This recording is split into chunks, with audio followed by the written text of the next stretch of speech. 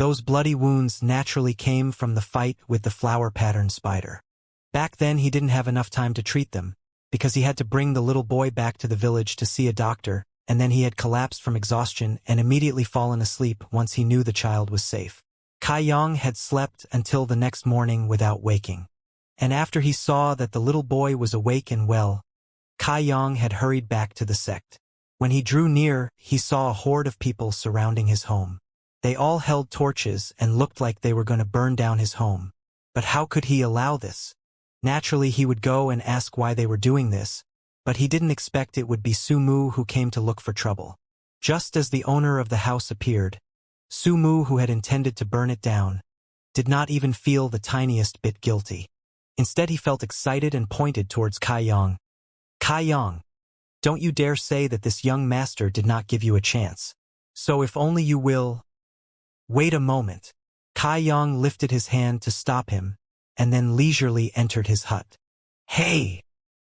With his words stopped halfway, Sumu felt like he ate a fly, the ones that like to appear before dung piles. He felt extremely uncomfortable. Master Su, this person doesn't give one face at all. Someone cried out seeking justice for Sumu. Humph! Sneering Sumu said, later, help me beat him ruthlessly, for I heard that this brat never surrenders, so no need to be soft with your strikes. Today, I must teach him the consequences for offending this young master. Yes. When he entered his hut, Kaiyang took off the bag on his back.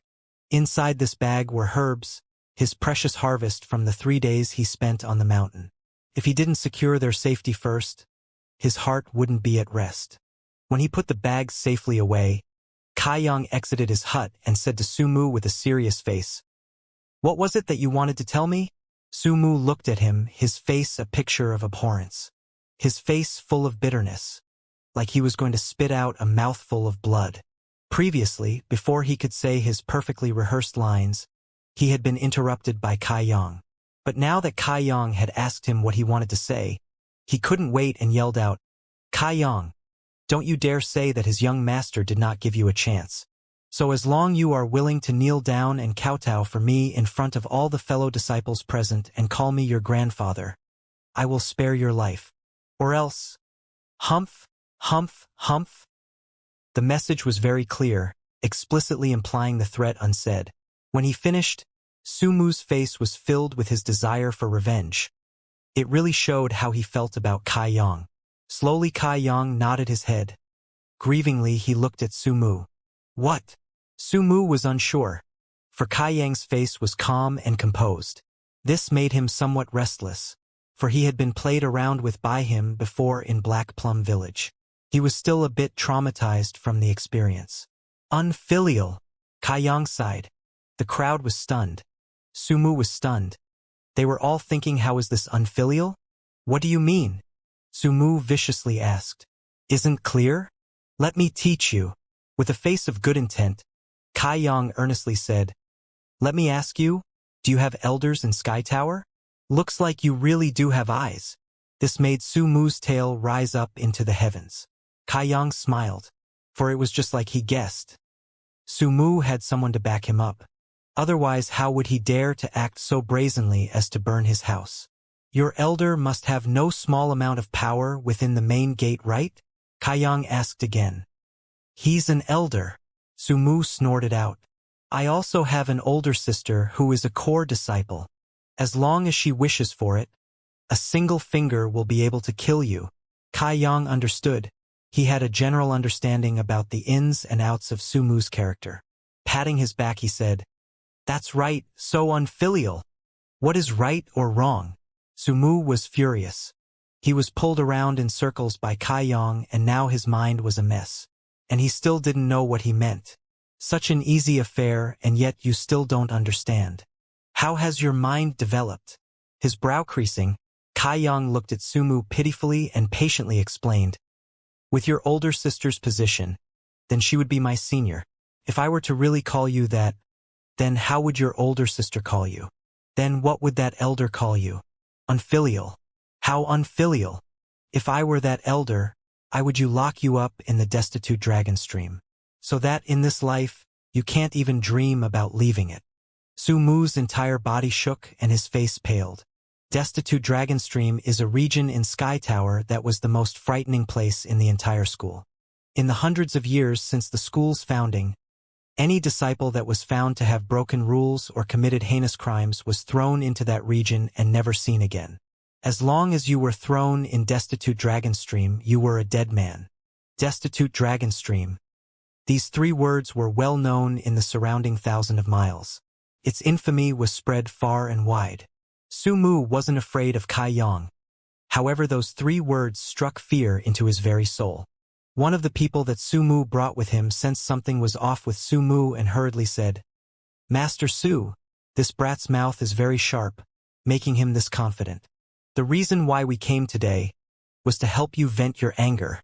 And, regaining his senses, Su Mu shouted indignantly to hide his embarrassment, "Kai Yang, don't talk about nonsense.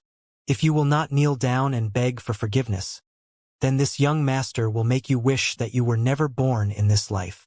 His eyes glinting coldly, Kai Yang held up his fists. "Disciple Su, why don't you come and exchange some blows with me?" Su Mu replied in contempt, "I would like to. Unfortunately, you don't live up to expectations. You are not qualified. This master is at the tempered body 9th stage." Hearing this, Kai Yang understood. The main gate rules state that if you want to challenge other disciples, the level difference must not exceed more than 3 levels. Su Mu really couldn't duel Kai Yang. Their level difference was far too large. This was also the reason why Su Mu had brought people over with him. They weren't just here to watch the show. With a face full of loathing, a cold smile, Su Mu tilted his head towards Kai Yang. "Everybody, this young disciple has reached the tempered body 3rd stage. So which brother here is willingly to fight him?" Tempered body 3rd stage. What a high stage! Everybody roared in laughter, for none of them had entered earlier than Kai Yang. Yet which one of them was not higher than him? "Allow me to master Su, for my cultivation is within the limit. Though I am only at the tempered body 5th stage. It should be enough to play satisfy disciple Kai Yang," a disciple said while walking through the crowd and looking disdainfully at Kai Yang. Kai Yang looked back at him laughing. Their information was already long outdated. If it were 5 days earlier, he really would be at the tempered body 3rd stage, but it is now longer the same story. But of course, these types of things Kai Yang wouldn't publicize. To advance 2 stages in 5 days, this speed was far too strange. Such a monstrous thing would only attract unwanted attention. A person who had come with Su Mu said, "Young disciple, I am called Zhao Hu. You must remember who it was that beat you today." "I have remembered it," Kai Yang replied seriously. "Looks like that Zhou who was intentionally trying to give Su Mu face," thought Kai Yang. Walking to face Kai Yang, he exaggeratedly waved his fingers. "Young disciple, in order to not allow you to say I didn't give you face, I will allow you 3 moves. As long as you can make me take 1 step, it will be your victory. If not, please don't think of this disciple's strikes as ruthless." This act of provocation contained the red fruit of contempt. To Su Mu, who was watching this, his heartbeat quickened in anticipation. This child Zhao Hu, he really knew how to thoroughly humiliate others. His choice of words wasn't bad. Although the difference between the tempered body 3rd stage and the tempered body 5th stage consisted of only 2 stages, there was a large gap between each stage. Between those 2 stages, there was a gap as large as a river separating them. And the strength that could be released when comparing the 2 were on completely different levels, like heaven and earth for these low-level practitioners. Besides, currently Kai Yang was in a very sorry state. With one look you could see that he had experienced some sort of tribulation. How much strength did he have remaining to fight? Additionally, he was very skinny and malnourished to begin with, easily allowing others to look down upon him. Practically everybody present believed that Kai Yang would be unable to escape the calamity today. Even Xianxia, who was situated in a nearby tree, felt the same way.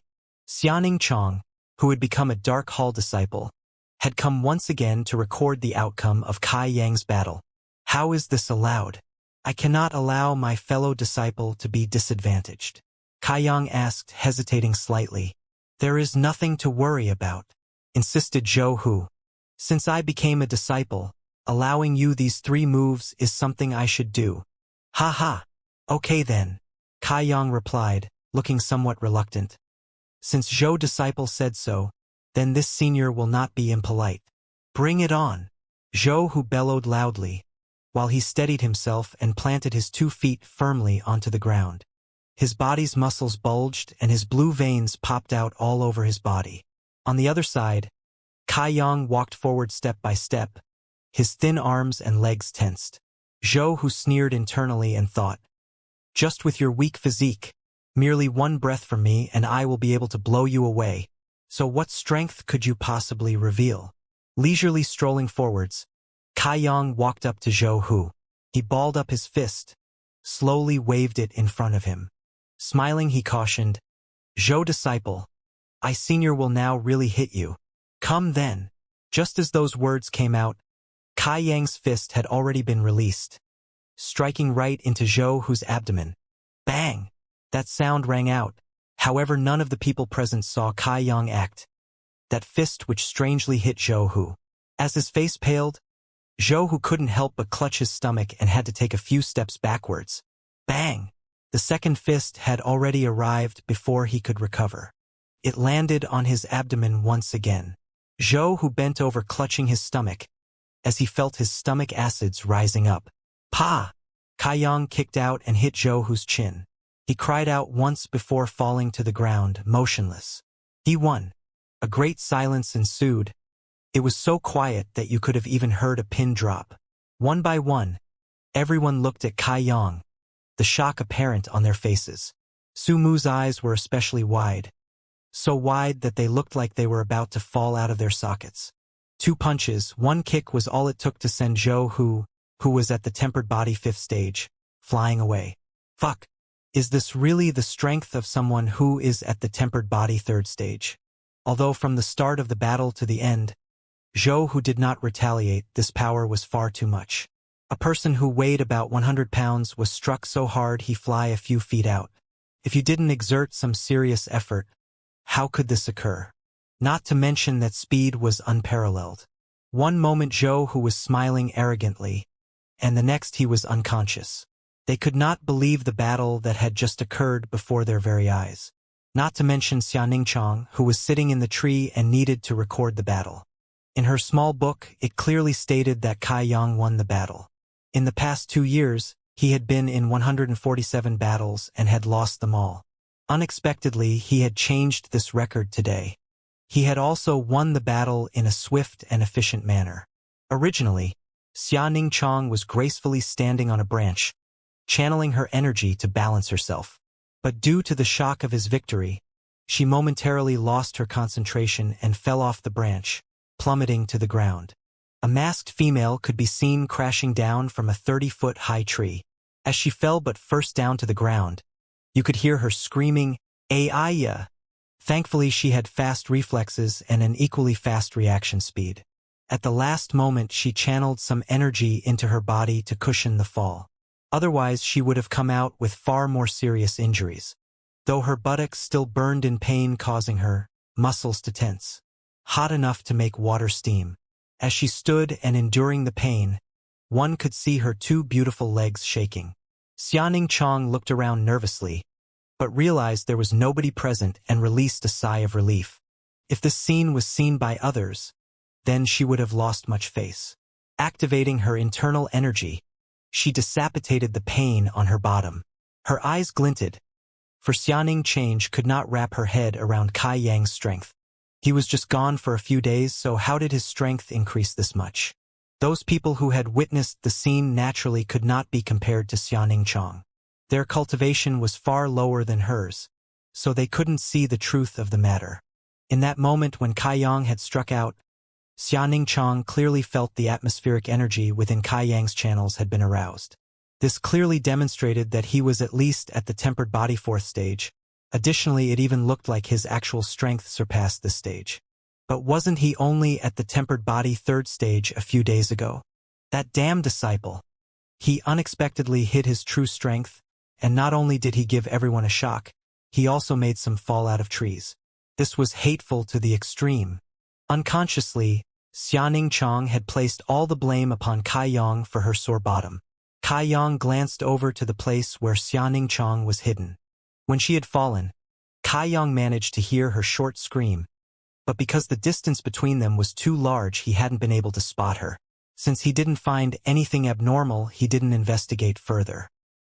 He then wrinkled his eyebrows. As he looked down at his clenched fist, he felt somewhat unsatisfied. Of course Kaiyang was unsatisfied, for it was his very first battle with another human since he had obtained the golden body. Due to the fact that he hadn't controlled his strength properly, Zhou was sent flying away. Originally he had only planned to send his opponent back a few steps, but it looked like his power was a bit greater than what he had imagined. At the scene, Sumu was the first to recover. As he pointed his finger to Kaiyang, he yelled loudly, "You cheated!" Kaiyang turned around and calmly looked at Sumu. "Su disciple, you can eat whatever you want to, but you cannot say words recklessly." "When did I cheat?" Sumu was at a loss for words. It was true, when did he cheat? Zhou had intentionally stood there and declared that he would take 3 strikes. Unexpectedly, he was truly defeated in 3 moves. Under the numerous gazes of the crowd, how could he possibly cheat? How could he cheat? "Master Su, it seems that our information was not correct. This brat is not at the tempered body 3rd stage. I'm afraid that he has already ranked up. Otherwise, how could he possibly defeat Zhou?" Someone who had keen eyes and a shrewd mind quickly realized, whispering in Sumu's ear. "So it was like this." Sumu nodded, his face darkening. Zhou was too arrogant. If he had retaliated, how could he lose? In Sumu's mind, he thought that the reason why Zhou lost was because he had underestimated his opponent. For he believed no matter how much Kaiyang ranked up, he would have only gone up to the tempered body 4th stage. With that large gap in mind, if Zhou had retaliated, then Kaiyang would have been the one to be utterly defeated. "Brother Kaiyang, you have done well to hide your strength," Sumu said coldly and gloomily to Kaiyang. Today he had failed to extract his revenge, so the suffocating feeling within his heart was not gone. Kaiyang shrugged his shoulders. "Let us settle the score later. Next time you will not be so lucky," Sumu coldly declared to Kaiyang. Then with a wave of his hand, he started to lead the people back, while also motioning for some to carry the unconscious Zhou. But before he left, he directed one final bitter glare at Kaiyang. This enmity has been sealed for now, though Kaiyang didn't mind. In any case, in the main gate there was only the main gate's rules. So if you wanted to cause any trouble, you could only do it in the form of duels. Moreover, he still needed to spar with others. Otherwise he wouldn't know the true extent of his growth. With that in mind, Kaiyang thought that the feud between Sumu and himself was a blessing disguise. Today's battle was not exciting enough. Kaiyang was left feeling unsatisfied. With Sumu gone, the entertainment gone, the crowd naturally dispersed. Though many of them still replayed the recent miracle in their minds, of that 2-year trial disciple Kaiyang. He had obtained his first victory. Although it was very fast, he had still won. News of this battle was soon a hot topic between fellow disciples, with others seeking out those present to hear the details. If not for Sumu's status, then the news would have long since been spread to the ends of the earth. However, since Sumu was involved, the disciples could only hide it within their stomachs, discreetly talking about it. In Kaiyang's small hut, it had finally calmed down. Looking at the sky, Kaiyang became depressed. Because Sumu had come to cause trouble, he had lost precious time to practice the tempered body record. It was truly regrettable. Taking out his spare pair of clothes, Kaiyang then went to the small pond beside his hut. Taking off his tattered clothes, he prepared to take a bath. These past few days he had been wandering the mountain, and then he had fought the flower-patterned spider. These 2 things combined had really made him smell funny. Stealthily, Xianxia tiptoed to the side of the hut, for she wanted to learn the true level of this fellow disciple. Yet when she turned the corner, all that met her eyes were a pair of white buttocks. Kaiyang had already become stark naked. Not a stitch of clothing remained, and he was in the position to dive into the water. Xianxia's small face immediately flushed a bright red. Although her cultivation was very high, she was still an innocent female. Not even mentioning buttocks, she hadn't even seen a male's thigh. How could she possibly endure this scene? Too provoking. Xianing Chang's heart had begun to thump erratically, and she quickly hid herself. How? She today? Why did they have this fate? Tears streamed down that pitiful girl's face. There was no time to find out his secret. Stamping her foot, she disappeared in a flash. That stinking disciple. Those entrance examinations conducted by the teachers were too lax.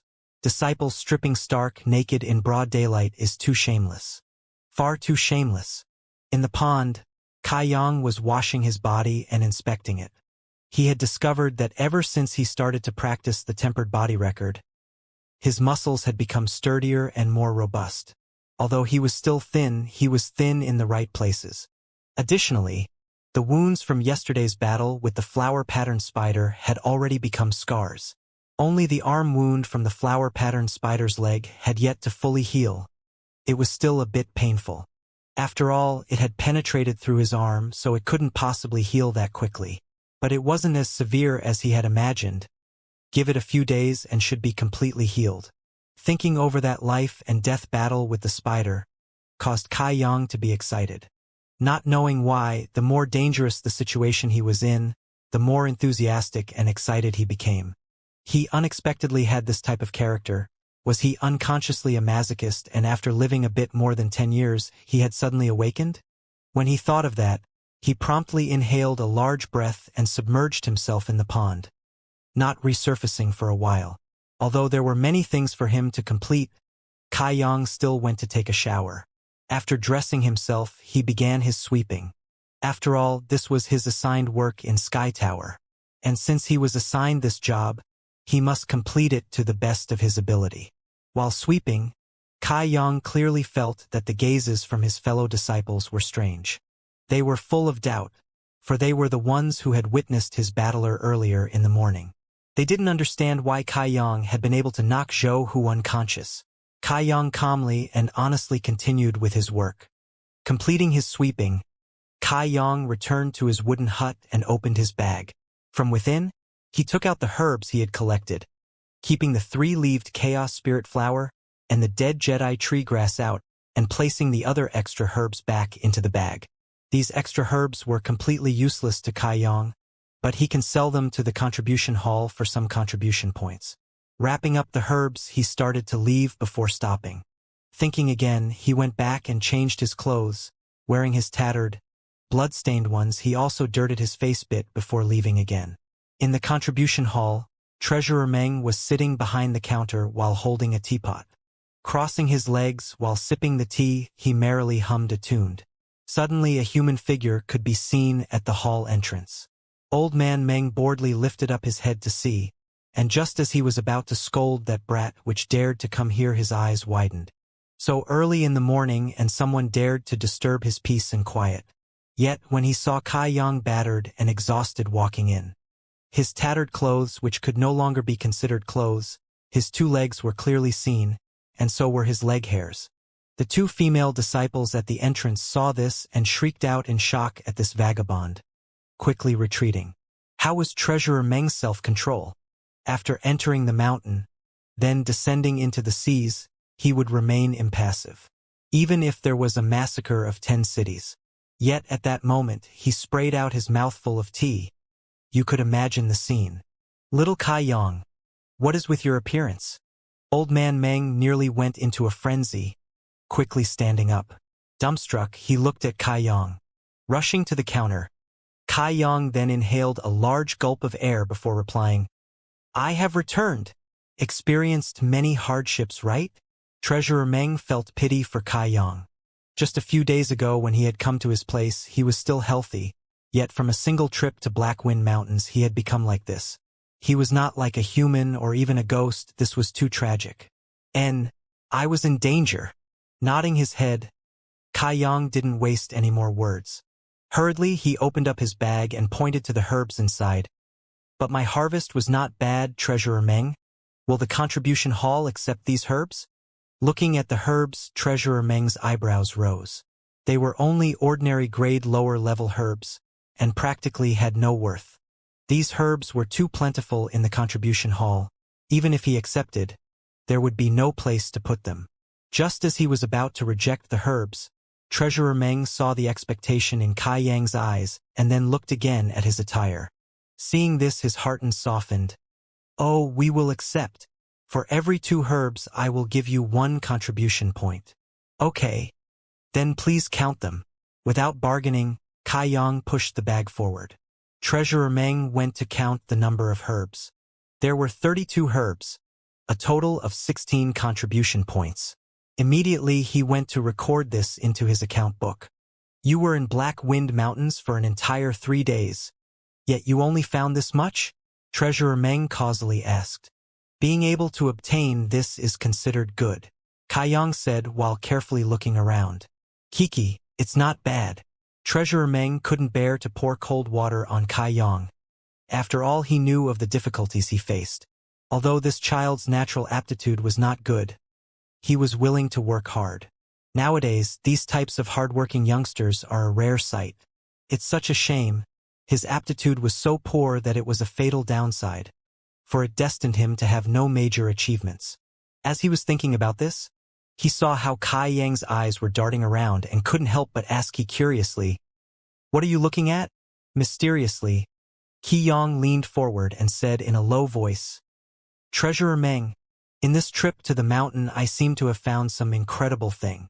Seeing Kai Yang's cautiousness, Treasurer Meng also felt that this thing was something uncommon.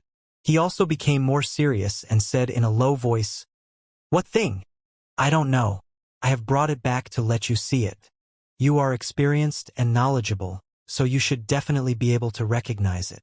As he said this, he went to touch his butt and took out another bag. Carefully, he placed it on the counter. Treasurer Meng looked up and saw Kai Yang's face held both anticipation and nervousness. He couldn't help but become cautious too. Softly and gently he opened the bag, squinting his eyes at the contents inside. It was about the size of a bowl, dark red colored, shaped like a mushroom, like a fungus. It really looked unordinary, with a heaven and earthly type aura. Kiki. Treasurer Meng couldn't help but cough a couple of times. Nervously Kai Yang looked at him and questioned him.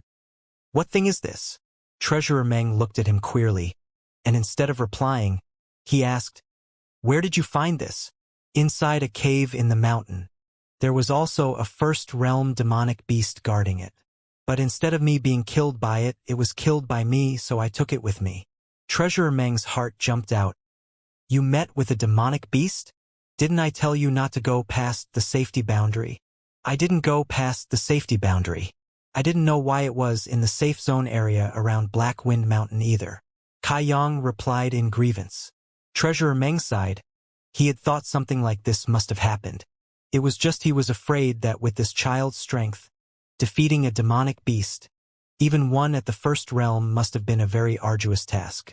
This pitiful one, at such a young age, he has already suffered so many untold hardships while in Black Wind Mountains for only 3 days. And this work had only earned him 16 contribution points. He even met with a first-realm demonic beast, an encounter in which he nearly lost his life. If he was to tell him that this is too wrong, too wrong. Anyway, this old man rarely does a good deed. Just think of it as karma. When Kai Yang saw Treasurer Meng's face changing, yet Treasurer Meng not replying, it made him somewhat anxious. Just as he was about to ask him again, Treasurer Meng picked up the teapot and drank from it. Afterwards, he squeezed out a smile and said, "You little brat, your luck isn't bad." As soon as he heard this, the worry in Kai Yang's heart immediately dissipated. He was worried that when he went to ask, this thing would end up being worthless. That would have been embarrassing. "Treasurer, what is this exactly? How many contribution points is it worth?" Rubbing his hands together in expectation, Kai Yang asked. "Oh, this thing is called a blood mushroom. It is a rare medicinal ingredient. It is an ordinary." Before he finished what he was saying, he looked at Kai Yang's falling face and hurriedly went to correct himself. No, it's an earth-grade lower-level herb.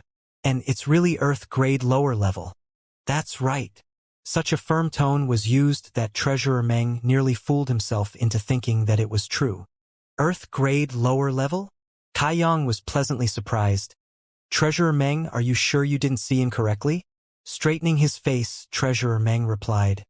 You must be joking. In this old man's life, he has inspected many women. Kiki inspected many herbs. This pair of experienced and knowledgeable eyes, how could they possibly be wrong? How many contribution points can it be exchanged for?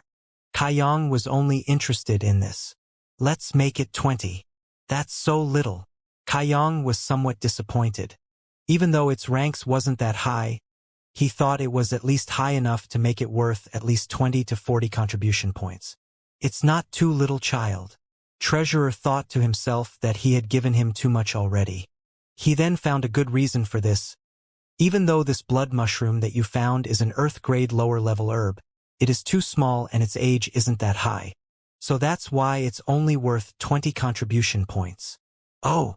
Without refuting, he accepted. Then 20 points it is. Nodding his head, Treasurer Meng recorded down the transaction down in his account book again. This trip to the mountains had already satisfied his goal of obtaining the 3-leaved Chaos Spirit Flower and the Dead Jedi Tree Grass. Apart from that, it had earned him 36 contribution points. If he added his already obtained points, then he has a total of 48 contribution points. Kai Yang momentarily felt himself become rich and powerful. Although this trip into the mountains earned him quite the contribution points from the herbs, it had delayed and wasted precious time to cultivate. He had also needed luck to find the herbs, and the whole trip had made him very tired. Kai Yang decided that other than as a last resort, he wouldn't do it again. The reason why he was collecting contribution points was to aid him in his cultivation. Between these two things, contribution points and cultivation, Kai Yang still knew which was more important. He didn't lose sight due to greed. Now he has collected a decent amount of 3-leaved Chaos Spirit Flower. He had collected around 30-40 of them in the cave. However, the amount of Dead Jedi Tree Grass he had managed to collect was very small. He only had around 5-6 of them. If he really wanted to cultivate with them, then he must exchange some points for them at the contribution hall. He was well prepared for this. With his plan in mind, Kai Yang said, Treasurer Meng, please give me 10 Dead Jedi Tree Grass herbs. Old Man Meng looked at Kai Yang and wondered why he needed these herbs. However, he didn't ask any questions. He only sat and stated, 10 ordinary grade lower level herbs, 10 contribution points. Are you sure you want them? Scrunching up his eyebrows in suspicion, Kai Yang asked, That's not right. Didn't you just say 2 herbs needed to be exchanged for 1 contribution point? The buying price is the buying price, while the selling price is the selling price. They are not the same. Treasurer Meng's smile was especially wide. The demeanor of a businessman was coming out. Furious, Kai Yang pointed towards Treasurer Meng's nose. You are completely trying to buy at a low price and earn a profit. To reap a profit, this is too shameless. Did you let a dog eat your conscience? Waving his hand, Old Man Meng replied, It is not I who wants to reap a profit, but these are the prices assigned by the main gate. This is unrelated to me. All the prices within the contribution hall are unaffiliated with me. This old man is only in charge of selling and buying. How else do you think the main gate is able to provide for all 3,000 of you disciples? Kai Yang was stunned, for there was some sense in his words. After all, this was a business without any type of profit by Sky Tower. How could all 3,000 disciples in the main gate survive? Even if there one were suspicious that it was for a profit, at the end of the day, no one was forcing you to buy them. No one was forcing you. Then, do you still want the Dead Jedi Tree Grass herbs? Seeing Kai Yang's face full of pain caused Treasurer Meng's mood to soar. I want them, declared Kai Yang, as he clenched his teeth together. Sooner or later he will need to use these herbs, and since he had decided not to go find them in the mountain, he can only buy them. Turning around, Treasurer Meng went to the back hall and soon returned with the Dead Jedi Tree Grass. Kai Yang counted the number of herbs while Treasurer Meng recorded the transaction down. Humph! After eating such a big loss, Kai Yang turned around and immediately left the hall unhappy. Please come again when you have time, Treasurer Meng called out warmly from behind. come often to be killed by you. Kai Yang finally knew where Meng's nickname came from. 3 steps, 2 steps, Kai Yang frantically rushed outside. On his way out, a figure rushing outside nearly crashed into him. These 2 people's reactions were fairly fast. Kai Yang stopped immediately, and so did the other person. A sweet and pleasant fragrance drifted over to Kai Yang. Lifting his head, Kai Yang saw a pair of clear moon-like eyes staring at him, but he couldn't see her face clearly. This was because this person had their face covered with a veil. This was a female. Although he couldn't see her face, judging from her skin's condition, she wasn't very old. She was probably his senior. Nodding his head and apologizing, Kai Yang then turned his body to the side, clearly signaling for her to enter first. The opposite party looked distracted and suddenly turned red. Seeing this made his own gaze become evasive. Seeing her flushed face, Kai Yang thought that this senior was quite shy. Swiftly he averted his gaze, as to avoid offending her. Xianxia was embarrassed to death.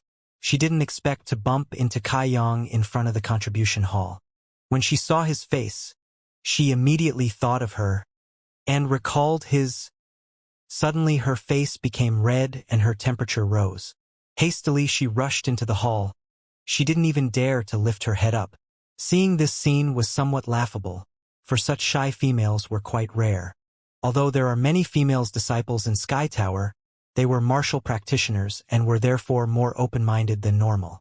For someone like her to become red just from looking at his face, it was no wonder she wore a veil. This senior was a little bit cute, it was just why was her body's fragrance vaguely familiar, like he had already smelled it before? After she entered the contribution hall, Xianxia glanced back. When she saw that Kai Yang had already left, she let out a sigh of relief, for she still felt a little bit guilty due to the morning's incident. While her feelings were in a mess, she heard Treasurer Meng let out an AIO sigh from the counter. "What's the matter, master?" Xianxia asked. "You were just pitying that child." Treasurer Meng sighed out sobbingly. "He's a good child. Willing to endure hardships, he's hardy, has a good personality, his character's not bad." When Xianxia heard the way her master was praising Kai Yang, she immediately grew angry. In her heart she thought that he had yet to learn of Kai Yang's actions this morning. Not only had he striped naked, he had also sullied this disciple's eyes and given this disciple of yours the fright of her life. On and on Treasurer Meng went, causing her to be more and more infuriated. Unable to bear it any longer, she slapped her hand onto the counter. "Pa!" The sound resounded like something had been broken. As he looked at her, his face contorted and he wailed out, "That was my Earth-grade lower-level blood mushroom worth 20 contribution points? This was a blood mushroom?" Looking at the already powdered mushroom on the countertop, Xianxia asked herself whether or not her master's eyes were failing. "How is this a blood mushroom?" It's not. How could your master mistake it?" Treasurer Meng replied as he let out a soft breath. The powder on the countertop then floated outside, like an invisible hand had scooped it up and scattered in the wind. "Oh, that's right. Why did you come to find me today?" Fixing his face, Treasurer Meng showed a rare face of solemnity. "I broke through." His expression changing, he went to inspect Xianxia's cultivation. Soon after he nodded, Good. It seems like I didn't see incorrectly, for only people of your physique are suited to this cultivation method. Come, eat this pellet to help stabilize your cultivation." And after she took the pellet, Xianxia hesitated slightly before asking, "How is your injury?" Laughing softly, Treasurer Meng answered, "You don't need to worry about your master. After so many years, there is not big hindrance." Brimming with anticipation and excitement, Kai Yang returned home to his small hut. Today the 3-leaved Chaos Spirit Flower and the dead Jedi tree grass were all gathered and ready to be used. The amount of each was also not small, so it should last a while. Now he had everything prepared. Kai Yang really wanted to verify whether or not that incense burner could truly aid him in his cultivation. The location of the wooden hut was in the most empty and desolate area of Sky Tower. Practically no one paid any attention to it. Since this was the case, Kai Yang didn't worry about having his secret exposed. Walking inside, he called out the black book and turned to page 3. Then he extracted the incense burner and placed it on the bedside. He then took out the 3-leaved chaos spirit flower and the dead Jedi tree grass. Afterwards, he stuffed them into the burner and put the lid back on. All of a sudden, a faint scent, akin to a rare perfume, started to disperse in the room. Breathing in deeply, Kai Yang began to analyze the perfume. Although the smell was a bit unique, there was nothing special about it. However, from the holes of the incense burner, the perfume steadily poured out and entered Kai Yang's nostrils. It was like small snakes were purposely entering his body via his nose. Within his body, it was like there was something more. In his flesh and blood, in his meridians, and even in his bone marrow, a feeling of numbness spread. Kai Yang didn't dare tarry. Carrying the incense burner, he ran outside to begin his cultivation. Stepping out of his hut entrance into the light took him by surprise. For his foot felt like it was made of lead, it was far heavier than normal. In combination with this step, Kai Yang felt his strength rapidly decreasing. Taking another step, he began to feel dizzy and wanted to collapse. Perspiring madly, his muscles tensed. The recently cultivated atmospheric energy in his meridians bubbled about and his bones cracked. Taking his third step out of his hut, his legs became soft and he fell to the ground. As he fell, Kai Yang's hands let go of the incense burner and it rolled far away. Hands on the floor supporting his body. Immovable like a mountain, he gasped for breath. His chest heaved up and down as he took several deep breaths. His body continued twitched uncontrollably. His tendons, organs, and bones expanded and contracted, causing the pain to intensify as time passed. Although Kai Yang wanted to howl in pain, he kept his mouth tightly shut. His current condition was one of excessive exhaustion, one he had experienced many times previously. Thus Kai Yang was quite familiar with it. But he had only walked 3 steps out of his hut, so how did he exhaust all his energy? Not only was his physical stamina gone, his mental strength was also exhausted. It was like he had not slept for many nights.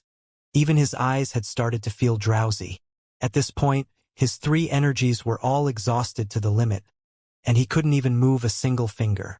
By this time, the 3-leaved chaos spirit flower and the dead Jedi tree grass's side effects had started to take effect in Kai Yang's brain. The toxicity of these 2 herbs wasn't very strong.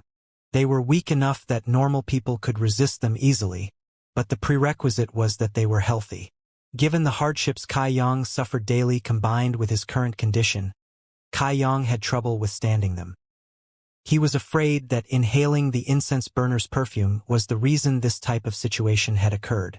Though, regardless of the toxicity of the 3-leaved chaos spirit flower and the dead Jedi tree grass, such strong side effects was something they were unable to produce.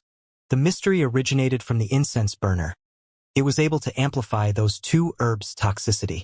Ever since he had obtained the golden body, every time he practiced he never became tired or exhausted. And since he was never tired, Kai Yang was unable to reach his limits. Being unable to reach his limits, he was unable to improve. Though it appeared this was no longer the case anymore. He only took 3 steps, yet all his strength had been consumed. But the effect of this incense burner was not as simple as enabling him to reach his limits at this stage. For in the future will there ever be any fear he wouldn't able to train to his limits again? Kai Yang always believed that a person's potential was unlimited, and the important thing was how one uncovered it. Although natural aptitude could help a person mature, one's own effort was crucial. So after all these years, even he knew his own talent was lacking. He diligently struggled and never gave up his drive to cultivate. Thinking this, Kai Yang's spirits were greatly lifted. Gradually and with much effort, he used his hand to push his exhausted body up. His thighs strained so much that his veins popped out. Gritting his teeth, he slowly pulled himself up. Almost all of his physical strength had been drained. His consciousness had started to become fuzzy once again. Yet his heart refused to give in, giving him a ferocious burst of strength and energy. In his entire life, he had never been this adamant about anything. He was adamant he would beat this. Stand up, for the place you fall will also be the place from which you rise. If he stood up, he would have broken through his limits, he would have won. Time had never flowed as slowly as it did now. Both his feet had already been planted firmly on the ground. Legs slightly bent, fighting against the trembling. His desire to stand had not diminished in the slightest. He would do it even if it meant taking it as slow as possible. Finally Kai Yang roared out, for he had finally stood up straight. Staggering forward, he steadied himself and anchored his feet to the ground. Kai Yang smiled at that moment. It seemed odd. After all, both his physical and mental strength were exhausted and he could no longer see clearly. His ears were ringing and his head was throbbing very badly. Yet he still laughed. I won. The sense of achievement that I feel right now is vastly greater than when I won against another person. Just when Kai Yang felt that he was going to faint, a warm feeling burst out from within his body. This warm feeling came from within his bones, like a spring rain that replenishes the fields after a drought. It blew through every part of his body, through every inch of flesh, bringing with it a burst of vitality. His exhausted strength was quickly replenished. Even his mental energy was revitalized to a certain extent. Although his energy didn't recover fully, it was enough to keep him from losing consciousness. Kai Yang didn't pause to revel in this feeling any further, but hurriedly sat down and analyzed his current condition. This led him to discover that the original numbing feeling from within his body had already disappeared without a trace. It left him with a comfortable feeling. It was so comfortable that it nearly made him cry out. His body pulsed rhythmically, and along with this, it was clear that it had become more robust and contained more explosive power than before. The atmospheric energy within his meridian pulsated incessantly. His bones also seemed to have become a lot sturdier. Just through this alone, his body had been strengthened by a large margin. This made him contemplative. Finally, the last bit of warmth from his bones had seeped out. This was most likely from that golden body he had absorbed. After experiencing this several times already, Kai Yang had grasped the key information. Only when he had pushed his body to its limits could he trigger the golden body's hidden powers. Though if he surrendered when he was in a predicament, that golden body would not give him any help. This really was the golden body's personality. Kai Yang chuckled lightly. Right now, he had finally understood how this incense burner could aid him in his training.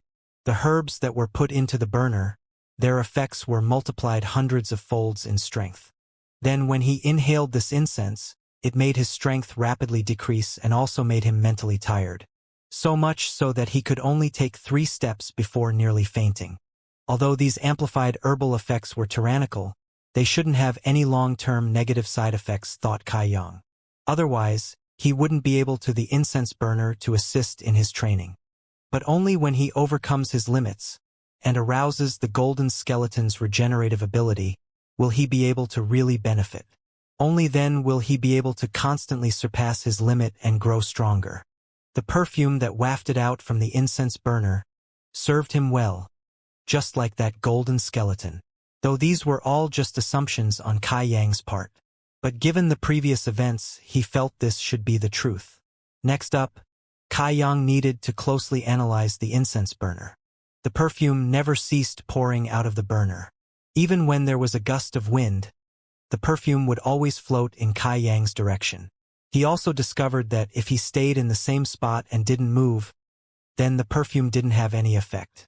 After another half an hour or so, Kai Yang felt that most of his strength had recovered. Staggering, he stood up. Once again he began to take steps forward. Since he had already been burned once, Kai Yang advanced slowly and cautiously monitored his body for the effects of the incense burner. As soon as he put one foot down, Kai Yang discovered that his strength gushed out of him like a broken dam. His physical strength disappeared, and with it so did his mental energy, with no sign or reason. As he took another step, what little strength he had remaining disappeared, causing him to nearly fall down. Clenching his jaw tightly, Kai Yang's stubborn attitude emerged again. Putting his life on the line, he advanced forward. This time he managed to take 4 steps. And although he was mentally unwilling to give up, his body could no longer take it. His strength wasn't too bad. The warm feeling once again poured out from within him, but it was not strong enough, so he fainted again. After repeating this process numerous times, all of his assumptions were confirmed. Although the perfume that came from the incense burner caused people to become more worn out, it didn't leave any negative side effects. While the golden skeleton, on the other hand, needed his will to fight in order to be used. The stronger he felt about not yielding, the stronger the warmth it gave was, and the more his body benefited. This type of training method was truly monstrous, so much so that it was unthinkable. Putting it simply, you were risking your life to increase your strength. If you were a little bit careless, then there would be drastic consequences. Luckily, Kai Yang's self-preservation sense was quite high. Every time he broke through his limits, he would concede and rest before continuing. So after repeating the cycle many times, the results he reaped were bountiful. A person's potential was truly unlimited. But in order to become stronger, you must do things step by step. After an entire day of training, his improvement was very clear. He could already walk a full 10 steps, a large improvement from his first attempt of just 3. But Kai Yang was still unsatisfied. Even under the effects of the perfume, he was still only walking. Until the day he practiced with his fists, this could not be considered training.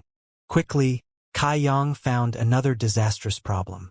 This type of training used his herbs up far too quickly. The 3-leaved Chaos Spirit Flower and the dead Jedi Tree Grass could only be burned for about an hour.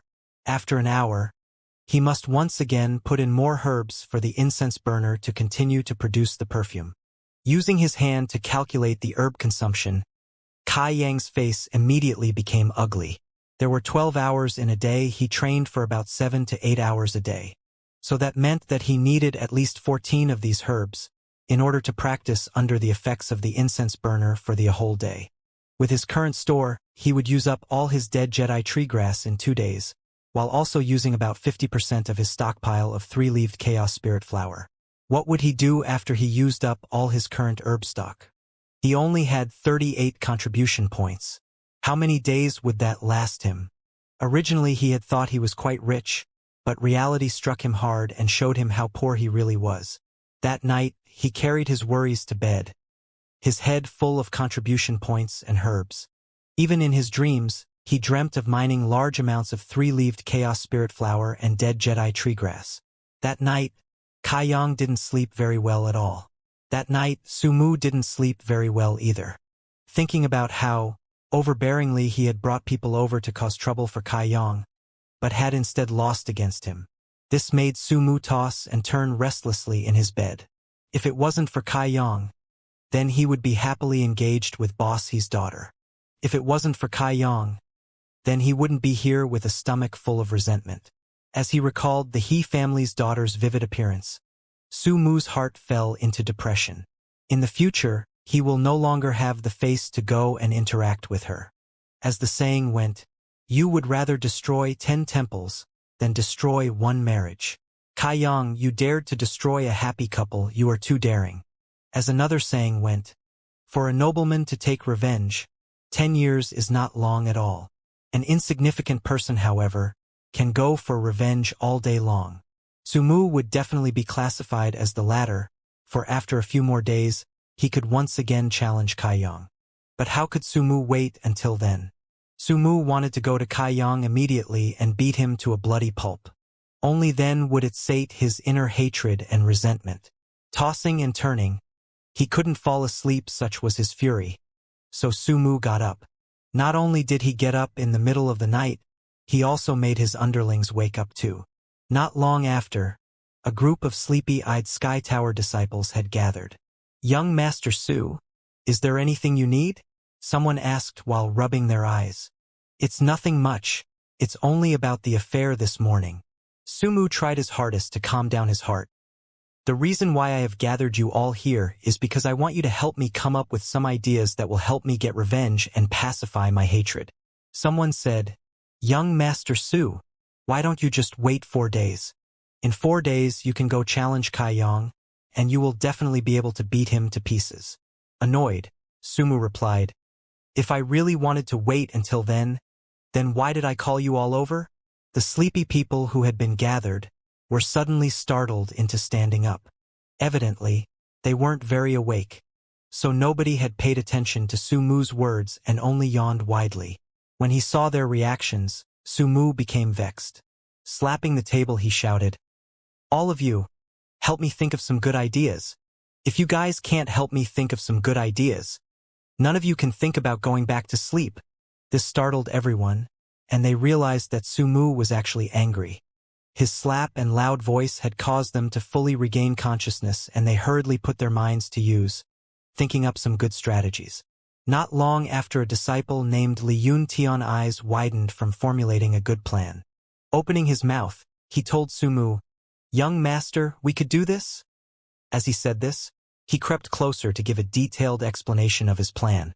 How could they, able to?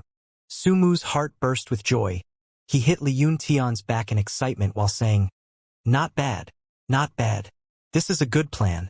So I will leave it to you to complete the task." "Leave it to me, young Master Su." Li Yuntian was also smiling widely. "You can all go back to sleep." Sumu waved his hands as he said this, and everybody relaxed themselves before promptly leaving to go back to their beds. Looking out at the pitch-black darkness outside his room, Sumu laughed evilly. "Kai Yang, brother Kai, let us wait and see it dawn." Finally, with his heart content, Sumu fell asleep. The next day, Kai Yang woke up to practice the tempered body record before going out to do some sweeping. Yesterday, when he used the incense burner to help practice, although he was constantly on the brink of death. So much so that even now his whole body ached. The results were really evident. This was most obvious when he was practicing the tempered body fist, because he felt that the pressure he felt was slightly smaller. He had also understood that the pressure given from the incense burner was similar to the pressure he felt when practicing the tempered body record. As long as he adapted to one type of pressure, he would naturally be able to adapt to another type. This incense burner was a good thing. His spirits high, Kai Yang wanted to quickly finish his work and go back to train. Just as Kai Yang was halfway through his sweeping, someone had suddenly blocked his path. Looking up, he thought that person looked vaguely familiar. When he was thinking this, that person opened their mouth and laughed loudly. Last night, Li Yuntian had suggested a plan to Sumu. Though he had everything planned, he didn't dare be careless, for he knew it would not be easy. He must not let the opposite party become suspicious and must first trick him, to make him exchange some moves with him. Yesterday, when he had accompanied Sumu to challenge Kai Yang, he had hidden himself at the rear of the crowd. He also didn't say much, so Kai Yang shouldn't be able to recognize him, making things much easier. Since earlier he had been waiting for Kai Yang to come past this area during his daily sweep. His waiting had finally paid off. Kai Yang had come here to sweep. Putting on a big and friendly smile, laughing face, and an innocent and harmless demeanor, Li Yuntian walked over. His current expression should be friendly enough. Li Yuntian told himself to boost his confidence. Does this fellow disciple have any problems? However, Kai Yang was not courteous, since any disciple here currently should be his junior. It was early into the entry period, so their levels shouldn't be that high, so many would claim to be fellow disciples. "Are you not senior disciple Kai Yang?" Li Yuntian asked as if he knew the answer already. Kai Yang nodded his head. "Yes." Breathing in deeply, Li Yuntian said, "So it really is you. Senior Kai, I have been looking forward to meeting with you. Now that I have met you today, I can see you really live up to expectations." These words had made even Li Yuntian himself want to vomit. But he must maintain the facade and act like his words were sincere. "This is serious. This is serious." Kai Yang's name was already loudly proclaimed by this junior. Li Yuntian put up quite a performance. Taking Kai Yang's hand, he said admiringly, "Senior Kai, I heard you had taught Zhou Hu a harsh lesson yesterday. You really a person with a big heart." "What, you have enmity with him?" asked Kai Yang while sizing him up. Li Yuntian's face turned cold. "Yes, I do. That person is like a beast, despicable. He even humiliated me once." "But you didn't go get revenge," Kai Yang noted. "I even dream about getting revenge, but..." Sighing loudly, he replied, "Senior Kai, I'm afraid you also know this. Zhou Hu has somebody supporting him. I wouldn't pay attention to an insignificant person like Zhou, but the person behind is someone I can't easily provoke. That's true.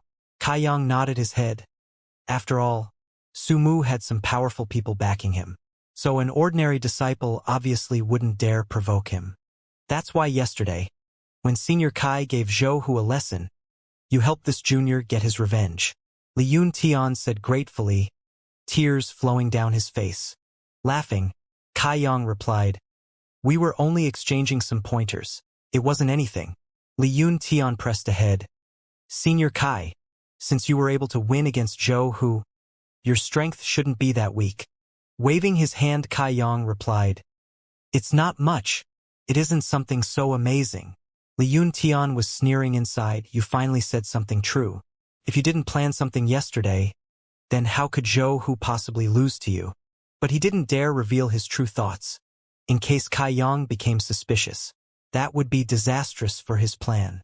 "Senior, you are too modest. Come. Normally Li Yuntian don't have the opportunity to exchange pointers with anybody. Senior Kai, you have done so much for me, and since we happen to meet up today, we must not miss this chance. Please spar with me." After going around in circles, Li Yuntian finally found an opportunity to ask the question that was the true reason he had talked to Kaiyang. Forcing a smile, Kaiyang asked, "You want to compare notes with me?" Li Yuntian nodded his head enthusiastically. "Of course. I hope Senior will not be stingy, and allow this junior to see how Senior defeated Zhou, and to help me also." This reason was really a bit hard to believe. Shaking his head, Kaiyang rejected the request. "Forget it. You don't usually fight others anyway." Li Yuntian anxiously pressured him. "That won't do, Senior. You will agree even if you don't want to." Laughing, Kaiyang looked at him and laughed coldly. Li Yuntian's heart jumped out. He was a bit impatient just then and was too rushed and forceful with his words. He immediately started laughing too. Junior is really too weak, so if Senior were to give some pointers, it would be very helpful. "No can do." Kaiyang refused. "Why? There is no reason to." Seeing that Kaiyang was intentionally moving away from him now, Li Yuntian called out, "Exchanging some notes. Naturally we could help other greatly. Isn't that reason enough? If we exchanged pointers, it will benefit both of us." "You can put it like that, but..." No. Repeatedly, Kaiyang waved his hand. "Don't be like that, Senior. Exchanging some pointers will not make you pregnant." Li Yuntian's face was full of anxiety. He didn't even dare reveal his true intentions. Heart-thumping, he quickly thought up an idea. Could it be that Senior is afraid that he will lose and his contribution points will be deducted? Am I right? Facing Li Yuntian's inquiry, Kaiyang had no response. Thinking that he had guessed correctly, Li Yuntian smiled widely. "Don't worry, Senior. Our strengths should be about the same, so it's not certain as to who will and who will lose. And if by chance, this junior wins and Senior loses, then your losses will be covered by me." "Are you serious?" inquired Kaiyang. This was a rather unexpected. "A nobleman's word is his bond," Li Yuntian bellowed loudly. Originally he thought that he had successfully tricked Kaiyang and had assumed his battle stance. He knew that Sumu was hidden somewhere in the surrounding area, so if he was able to teach Kaiyang a good lesson, then he would be able to greatly increase his face. But Kaiyang just wrinkled his brows, nearly causing Li Yuntian to stamp foot and curse his mother. This Senior is too annoying and like a bitch. How could Zhou lose to this type of person? "Senior, do you have any other questions?" Li Yuntian was on the verge of exploding in frustration. "Oh, although I would like to trade notes with you. Regrettably, I am unable to, as I was already challenged by someone yesterday. If you really wanted to exchange pointers, then you must wait a few more days." "Bull." Li Yuntian almost couldn't breathe. Hastily he said, "Senior, you can challenge me since I haven't been challenged these past few days. Don't all Sky Tower disciples have the chance to challenge someone every few days?" It was like this. Just realizing this now, Kaiyang laughed out loud. "Junior brother, these past few years, it has always been me who was challenged, thus I had completely forgotten this rule." Slowly breathing out, Li Yun Tian really wanted to spit out all the rage and anger inside of him. After a while he inquired, "Senior, now can we compare some notes?" Kai Yang still had another question. "Junior, if I really lost, would you really pay me contribution points?" "I will. I will definitely pay you, and not only that, I will pay you 10 times the amount," he said, grinding his teeth together. Shaking his head, Kai Yang replied, "I don't believe you. Unless you first pay me the contribution points, I won't believe you. How can I give them to you?" Li Yun Tian replied gloomily, for contribution points were recorded down by a third party in an account book. It wasn't something you could just carry around to give to others. How was he, a senior, so narrow-minded? Did he believe that he wouldn't stick to his word? "I do have an alternative." Smiling cryptically at Li Yun Tian, Kai Yang beckoned him closer and whispered into his ear. Li Yun Tian's face changed into several shades of different colors, and he couldn't help but admit that this Kai Yang's mind was really shrewd.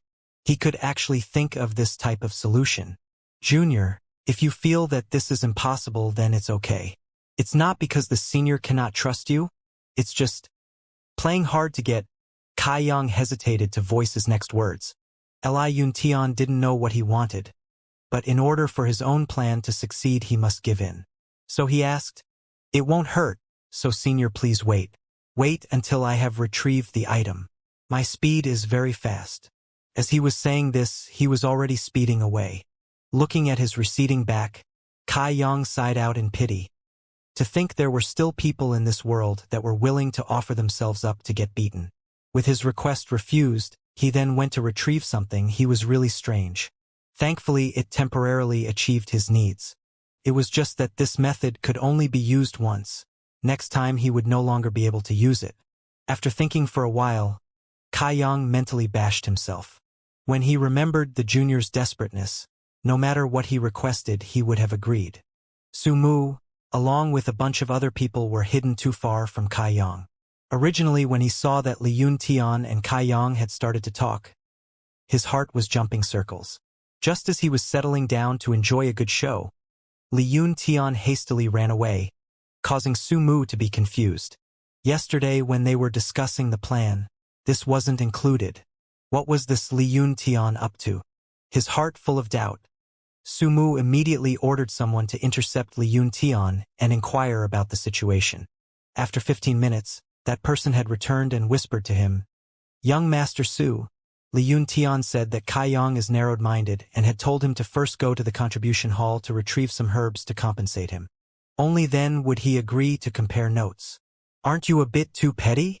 Su Mu said flabbergastedly. Kai Yang is only a trial disciple, so if he lost, he would only lose 1 contribution point.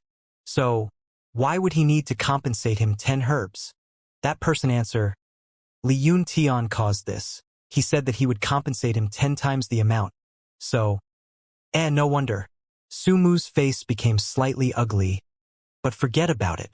As long as that Kai Yang can receive this lesson, 10 herbs aren't that much.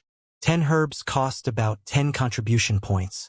Such a small amount of points weren't put into the eyes of Su Mu. Since everyone now knew the entire situation, they could only patiently await the battle. Half an hour passed and Kai Yang was nearly finished with his sweeping. Shortly thereafter, Kai Yang saw a red and tired face. It was Li Yun Tian running closer. Li Yun Tian didn't blame the fact that the distance of the contribution was too large, but rather that Treasurer Meng, who was still asleep, for causing him to take so long. After a long time of shouting and banging on the door, had he woken up. Since Old Man Meng was disturbed from his sweet dream, his temper was short. Without even allowing Old Man Meng the time to teach him a lesson, Li Yun Tian quickly purchased 10 ordinary grade lower-level herbs. This cost him about 20 contribution points. The anger Li Yun Tian held. He was determined to earn the interest back from Kai Yang's body. Returning, he saw that Kai Yang hadn't left. He stood there, with his broom in his hand, waiting for him. 3 steps, 2 steps. As Li Yun Tian gasped for breath, he rushed over to Kai Yang. Taking out the herbs, he breathlessly said, "Here, check it, senior." "Hee, no need." Acting as if he was very big-hearted, Kai Yang took the herbs without counting and placed them, along with his broom, onto the ground. Senior, now can we compare notes? Li Yuntian asked. We can. Actually, Junior didn't have to go to such lengths. If you had asked, this senior would have readily agreed. Kai Yang smiled cheerfully. Li Yuntian was nearly angered to the point of meeting Buddha. 2 Buddhas in heaven, 3 in nirvana, and 4 living together. It was you who wanted the herbs, it was you who didn't trust me, and it was you who made me travel such a distance. Could it be that this whole journey was unnecessary? But he will forget about it, he decided, and chose to take some deep breaths to calm down his mind. For today, once this battle started, he would thoroughly teach Kai Yang a good lesson. Junior, shall we start? Kai Yang queried Li Yuntian's opinion. Okay. His spirited roused. Li Yuntian replied and cupped his hands. Please give me some teachings, senior. Don't dare. Kai Yang humbly smiled. Neither dared or wanted to reveal their current cultivation levels.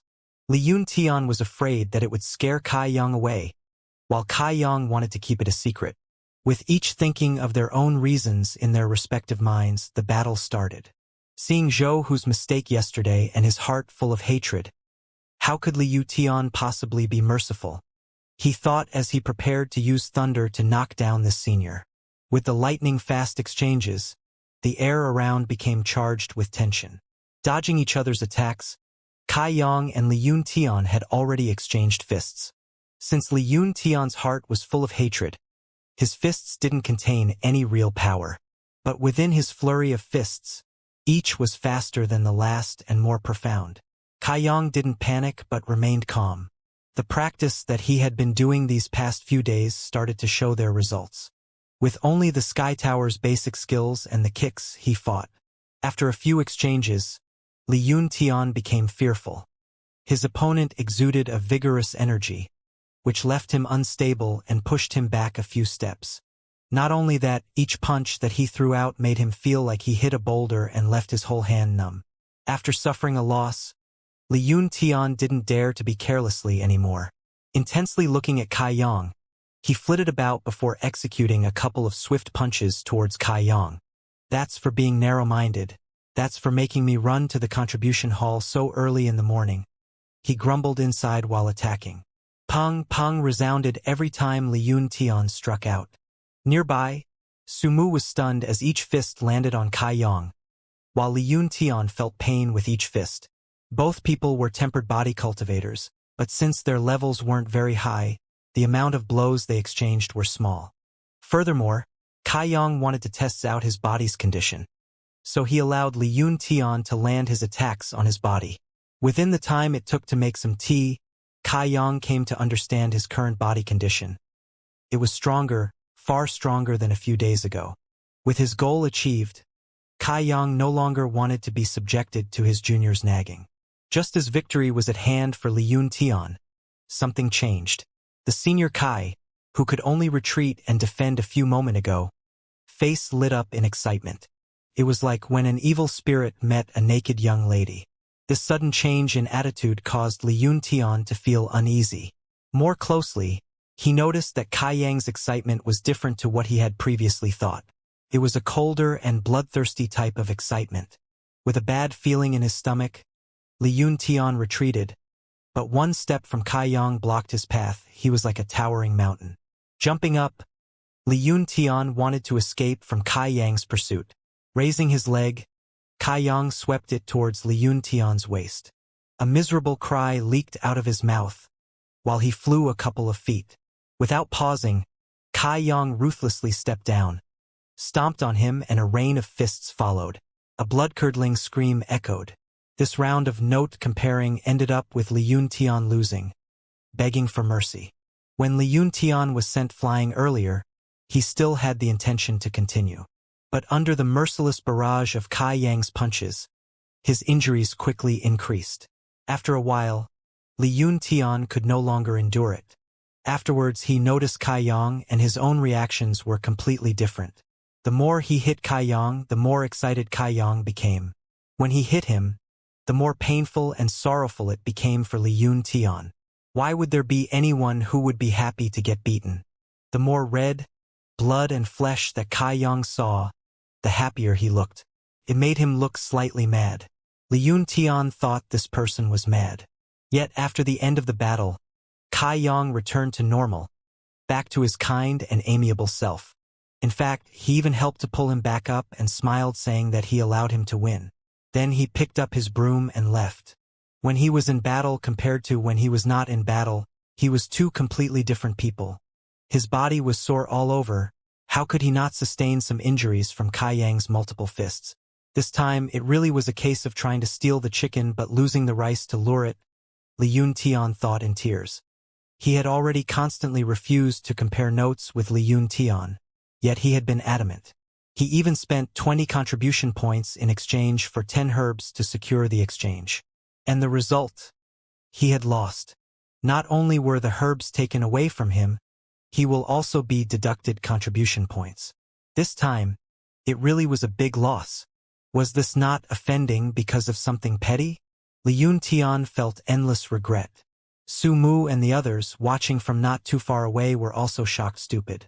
When they saw Li Yun Tian and Kai Yang start, they were sorely tempted to jump out and started cheering. For he had finally succeeded in getting Kai Yang to exchange pointers. Soon, Kai Yang was going to be beaten black and blue. Su Mu even had it all planned out. When Kai Yang was beaten, he would go over and give a few extra words of ridicule. That way, he will be able to release some of his heart's anger.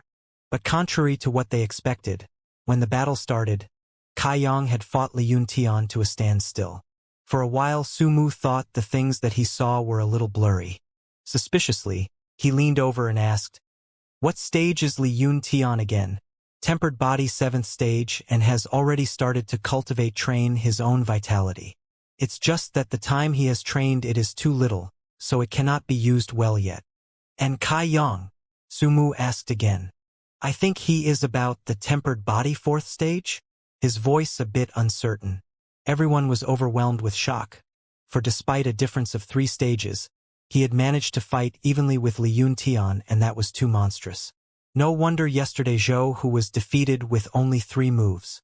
Even with such a large difference, Kai Yang had won. So even if Zhou, who had used all his strength, he wouldn't win. But how could that person, of all these speculations, be that powerful? If he really possessed this type of strength, why would he lose all his previous battles? Kai Yang had been a trial disciple for 3 years already, and year after he was admitted, he was constantly challenged. Every time, until yesterday, he hadn't won a single one of his battles in these past 2 years. The greatest shock that Su Mu and company were to experience had yet to come. They had thought that Kai Yang being able to endure even one of Li Yun Tian's strikes was nothing short of a miracle. There was no possible way for him to win. Yet, when Kai Yang really defeated Li Yun Tian, everybody was like a crow and peacock, making no sound. They couldn't believe their own eyes. A tempered body 4th stage practitioner beat a tempered body 7th stage practitioner.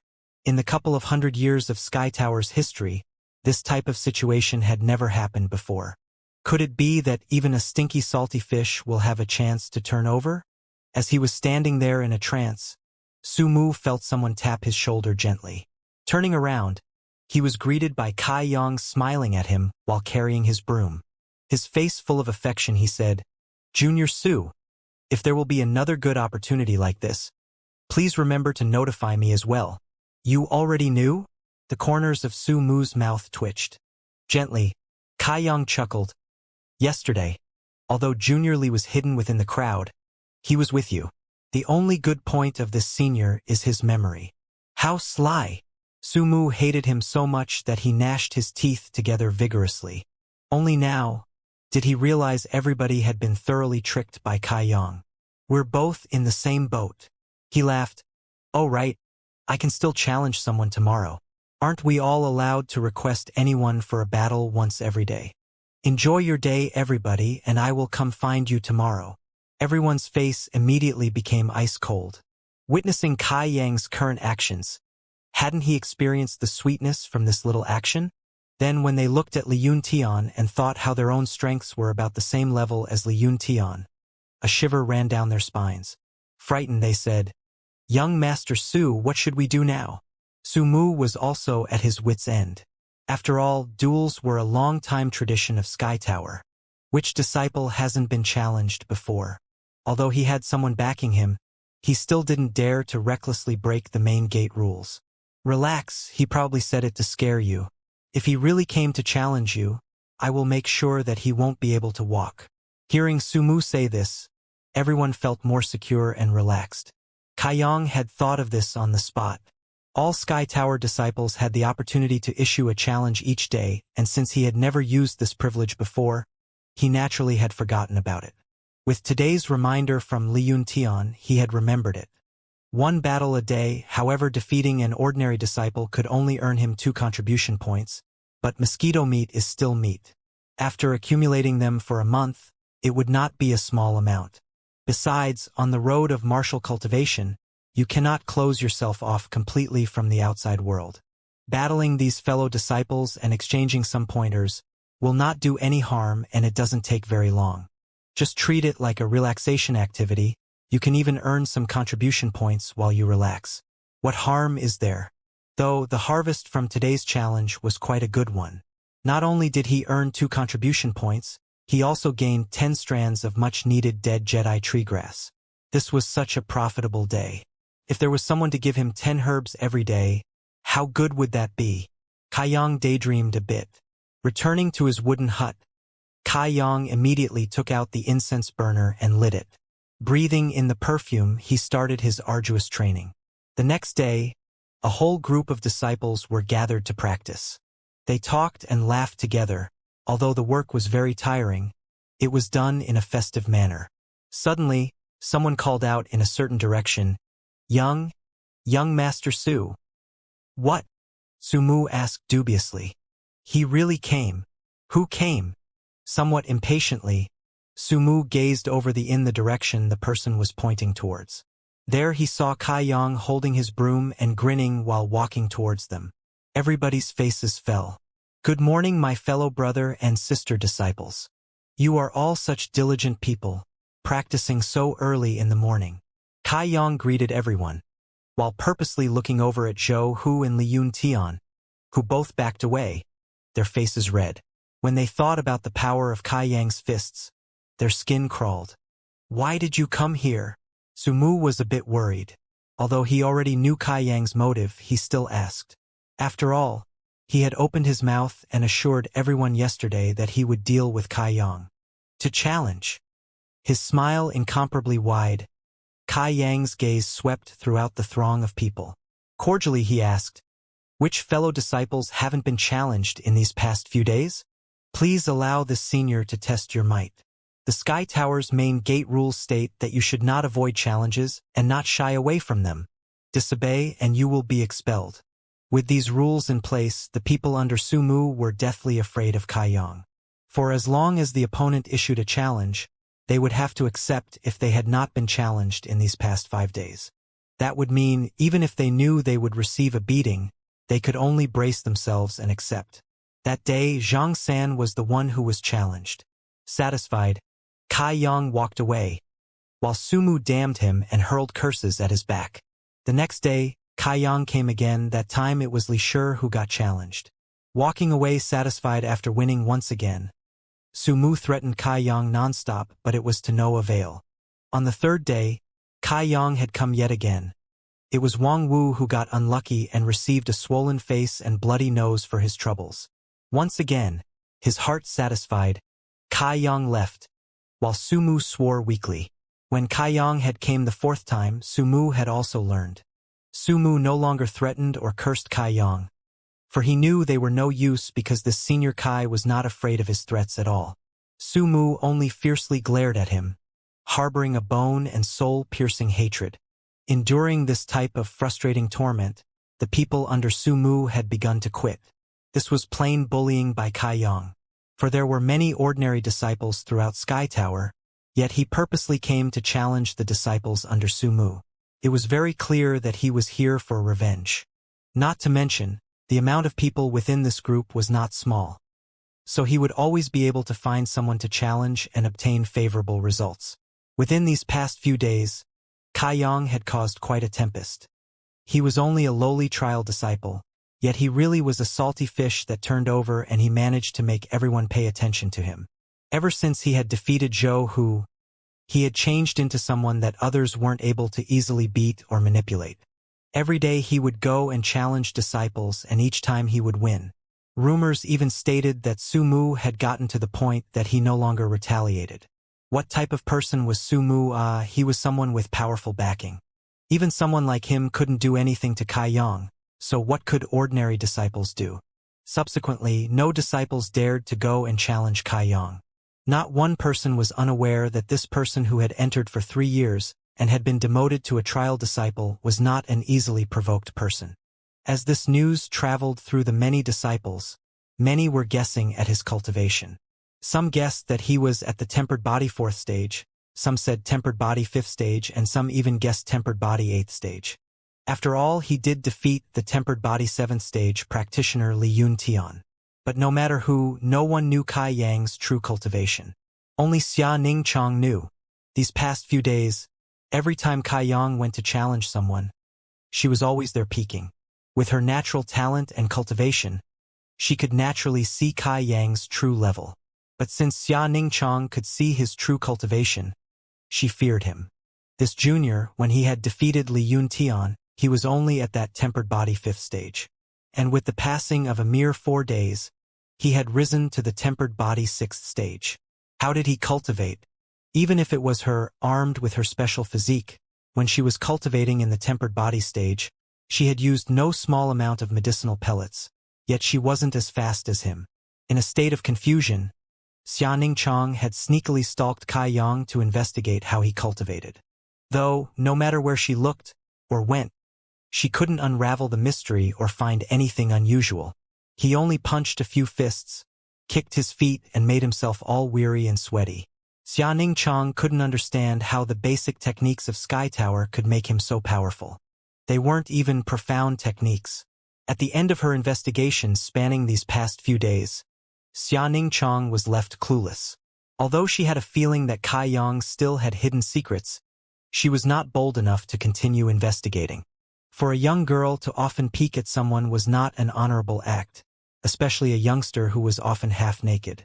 Every time Xia Ningchang looked, she became beet red and ashamed endlessly. Every time this person trained, he would take off his shirt, as if his bony ribs were something good to show off. However, he seemed to be more robust than before, with more muscles. Thinking back to the time she first saw his body, Xia Ningchang unconsciously compared. When she finished comparing, her face flushed red again. Meanwhile, Kai Yang was oblivious to the fact that he had been watched these past days. Every day he would sweep his assigned area and then go find Su Mu's group to challenge them. Afterwards, he would return back home to start his training. This was repetitive and tedious work, but also very fulfilling. The incense burner's impact was exceptionally large, and matched with the daily tempered body record training, it had allowed him to break through to the tempered body 6th stage yesterday. This made the atmospheric energy within his body further solidify and stabilize. With just another step, he would step into the tempered body 7th stage. Once he reached this stage, he would be able to produce his own vitality. Even though the amount he would be able to produce wasn't that much, it was still vitality. Also, as long as he could produce his own vitality, he could then start to cultivate martial skills. At that time, his attacks would not longer be restricted to the leg whip and the Shaolin fists. The tempered body 7th to 9th stages were the stage in which one's vitality developed, and also when the vitality traveled through a practitioner's meridians and allowed them to reach the mastery stage. Only in this stage, when one's vitality was being born, could this be achieved. You must then use it to break open the heaven and earth bridge so as to break away from the tempered body boundary to the next stage. It was like playing with your own life, this training of Kai Yang's. Each and every day Kai Yang could feel his growth. It was an extremely vivid feeling. Today, Kai Yang was finally able to practice his fists while under the influence of the incense perfume, but the duration he was able to endure wasn't very long. When he practiced the tempered body piece in the mornings, it had become easier and was improving every day. If these conditions were maintained, Kai Yang was confident that he could truly mature and become stronger. But Kai Yang was in an embarrassing situation. His dead Jedi tree grass stock had run out, and his 3-leaved Chaos Spirit flower, although sparingly used, was almost finished as well. These past few days, Kai Yang had used the herbs sparingly, but he still ran out. As he used them, they had inevitably run out. With no alternative, Kai Yang could only go to the contribution hall and use up all his remaining contribution points to purchase these herbs. This time, out of the goodness in his heart, Treasurer Meng gave Kai Yang a few extra clippings of the herbs, but he still refused to let go of the matters pertaining to his cultivation. He constantly asked how Kai Yang managed to improve his strength so quickly. It looked like the news of Kai Yang beating Su Mu's underlings had even reached Treasurer Meng's ears. Towards Treasurer Meng, Kai Yang still had a reasonably good impression. Although the old man was a bit crazy and thick-skinned, he was very likable when measured by Kai Yang's standards. This situation wasn't easily explained, so Kai Yang could only say that when he was in Black Wind Mountains, he ate a special fruit which allowed him to gain enlightenment on how to cultivate. After contemplating for a while, Treasurer Meng thought back to the time period when Kai Yang entered the mountains and his current behavior. This explanation was the most reasonable and believable explanation, so Treasurer had no choice but to accept it. Exiting the contribution hall, Kai Yang was deeply worried. All of his contribution points had been used to purchase these herbs, and by his estimation, they would only last him 3 to 4 days. Afterwards, what would he use to get these herbs? Even though he was able to earn 2 contribution points from his daily challenges, these points could only be accessed on the 8th day of every month. With his calculations, he would need to wait 20 days. How could he possibly wait until then? Without being able to think of solutions, Kai Yang became depressed and could only continue training. A few days passed by in a blur, and Kai Yang's tempered body 6th stage cultivation began to stabilize, and he marched towards the 7th stage.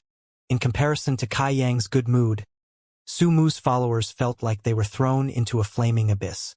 These past few days, Kai Yang would come to find them and cause trouble, causing them to feel vexed beyond compare. They couldn't contend against him in strength and couldn't hide from him. It was stifling beyond compare. While Su Mu personally held some confidence at his chance of victory should he fight Kai Yang, unfortunately for the others the gap between them and Kai Yang was too large. They couldn't challenge him. Su Mu still thought that Kai Yang was at the tempered body 4th or 5th stage. Su Mu knew that this could continue no longer. If it continued any longer, then all his underlings would leave. Thinking for a while, Su Mu prepared to do something heartless and called all the Sky Tower disciples who had been beaten by Kai Yang. Frowning, he said, "Tonight, raid Kai Yang's hut during the night. Wipe away all shame you have suffered. Since they couldn't win by following the rules, they won't follow them at all." Everyone jumped up, startled. "A raid?" And Su Mu nodded his head. "This isn't good." Li Yun Tian was hesitant. "Although that guy Kai Yang is a bit dishonest, he at least openly challenged and defeated us all. If the news of us mounting a sneak attack got out, we would be unable to escape punishment." Li Yun Tian's statements got the agreement of all the people present. Su Mu indignantly replied, "But he is too much. He has completely disregarded us fellow disciples and comes every day. If we don't give him a proper lesson, who knows how long this ferocious act will continue. Regardless, tonight I will definitely go cause some trouble for him. All those willing to do so, follow me. As for those who are unwilling, I won't force you. If anything were to happen, I swear that I, Su Mu, will bear all consequences and won't involve you." Su Mu's words were sincere, and even if they still felt that it wasn't honorable, they couldn't refute his position. After all, Su Mu had promised to carry all the consequences on his shoulders, showing the utmost benevolence. Thinking for a bit, Li Yun Tian spoke. "This is also good. If this succeeds, then we will be able to teach that bastard that we aren't so easily provoked. Young Master Su, this time, this disciple will put his life on the line and play with you. We will also come." The remaining people chorused. Nodding and smiling, Su Mu cried, "That's right." That night, with everybody's spirit trembling in excitement, they gathered in Su Mu's room waiting until sunset. "Is everybody ready?" Su Mu inquired. They nodded their heads. "Good. This time we must make this moment unforgettable for that bastard," Su Mu shouted, while putting a black cloth over his face. leaving only a slim gap from which his evil gaze leaked out. Their emotions roused, the others followed suit. Set off. Calling for action, Sumu issued the move-out order. 10 or so shadows flashed out of his room, quickly merging into the night's darkness. During the night, Sky Tower had disciples posted about patrolling the premises. Unfortunately, Sumu and his group were Sky Tower disciples too and were all too familiar with the patrol routes, allowing them to easily avoid these patrols. Otherwise, why would a family thief be hard to ward against? Sumu's current actions were a model example of this saying. Shortly, Sumu's group gathered in front of Kai Yang's small wooden hut. Standing about 10 to 20 feet away, they suppressed the sounds of their breathing. Their indignation flared at the memory of the injustice they had suffered. There are no lights inside the hut. Kai Yang must be asleep already. Calming his heart, Sumu turned his head to face Liyun Tian at his side. Kai Yang's strength isn't weak, so later you and I will hold him down. While everyone else beats him, remember to use all your strength. Okay. Liyun Tian nodded his head. As long as it's not life-threatening, you can hit however you want. Sumu reminded, and they all promised. Go! Waving his hand, Sumu shot towards the wooden hut. 10 shadows flickered against the night, rushing onwards. Those who cultivated could run without making the slightest noise. They just needed to suppress the noise of their breathing to hide their presence. Their imaginations running wild. All their spirits rose as they thought about how Kai Yang would look injured and bloody. This past few days they were tormented miserably by Kai Yang. Even though they were still around 10 feet away, the cold gleam in Sumu's eyes became more intense and his lips couldn't help but curve upwards. As the distance shrunk, the wooden hut's wooden door could be seen. In the blink of an eye, Sumu had already started to reach out to push open the door. Suddenly, a sweet fragrance entered his nose. Smelling this fragrance, Sumu felt that this fragrance was very strange. It didn't smell very nice, nor did it smell very bad. It truly was a fragrance that he had never smelt before. Although he was a bit suspicious, Sumu didn't give it any more thought and continued to charge forwards. Stepping forward, Sumu's body became soft. He narrowly avoided falling. Breaking out in cold sweat, Sumu recalled just moments ago it felt like all his strength had been sucked out from him. His brain buzzing, mind became muddled. Tiredly, he steadied himself. Taking another step caused Sumu to directly fall to the ground, nose first. Then 2 warm streams flowed down from his nose, filling his mouth with the metallic taste of blood. Pa, pa, pa. A series of sounds sounded out and converged towards the wooden hut originating from the Sky Tower disciples that had followed Sumu. One by one, each of them, like Sumu, fell to the ground. Each of them felt weak and powerless. All had bloody noses and battered looks. Their anguished wailing resounded out in the quiet night, making it all the more livelier. What's the matter? Struggling greatly, Sumu turned his head towards Liyun Tian and asked. Liyun Tian struggled to drag himself back upright, but he was powerless and could only lay on the ground gasping for breath. This expression was horrendously ugly. Hesitatingly he said, "Young Master Su, I'm afraid that we have been poisoned." Poisoned? Sumu turned pale in fright. In addition, it's a very powerful poison. Trembling, Liyun Tian reached out with his hand. "Young Master Su, I'm afraid that I can't hold on any longer. You must get revenge for me." After he finished passing on his last will and testament, Liyun Tian's head fell and he ceased all movement. Overwhelmed by shock, Sumu desperately and repeatedly called out his name. But no matter how many times he called out, he couldn't wake him.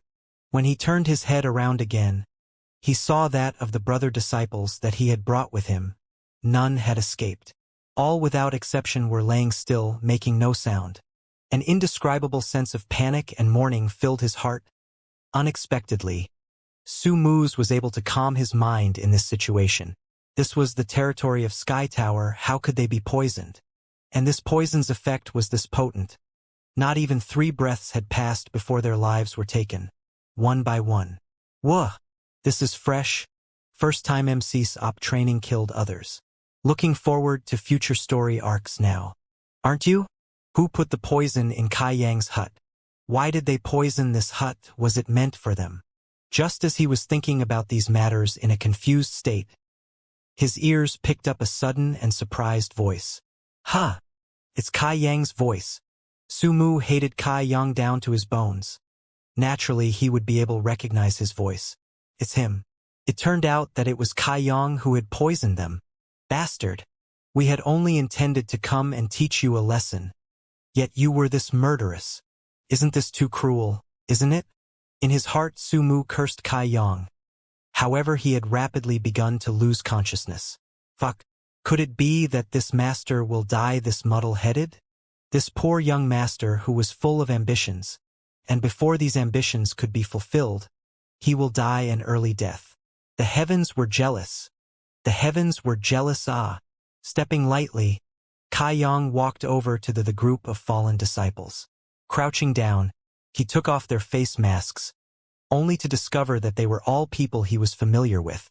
Thinking for a bit, Kai Yang realized what they had wanted to do.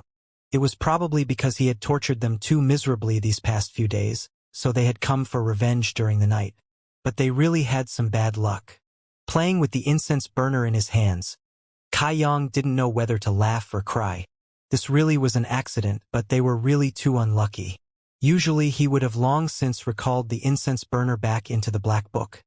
But today's training was too exhausting. So by accident he had fallen asleep.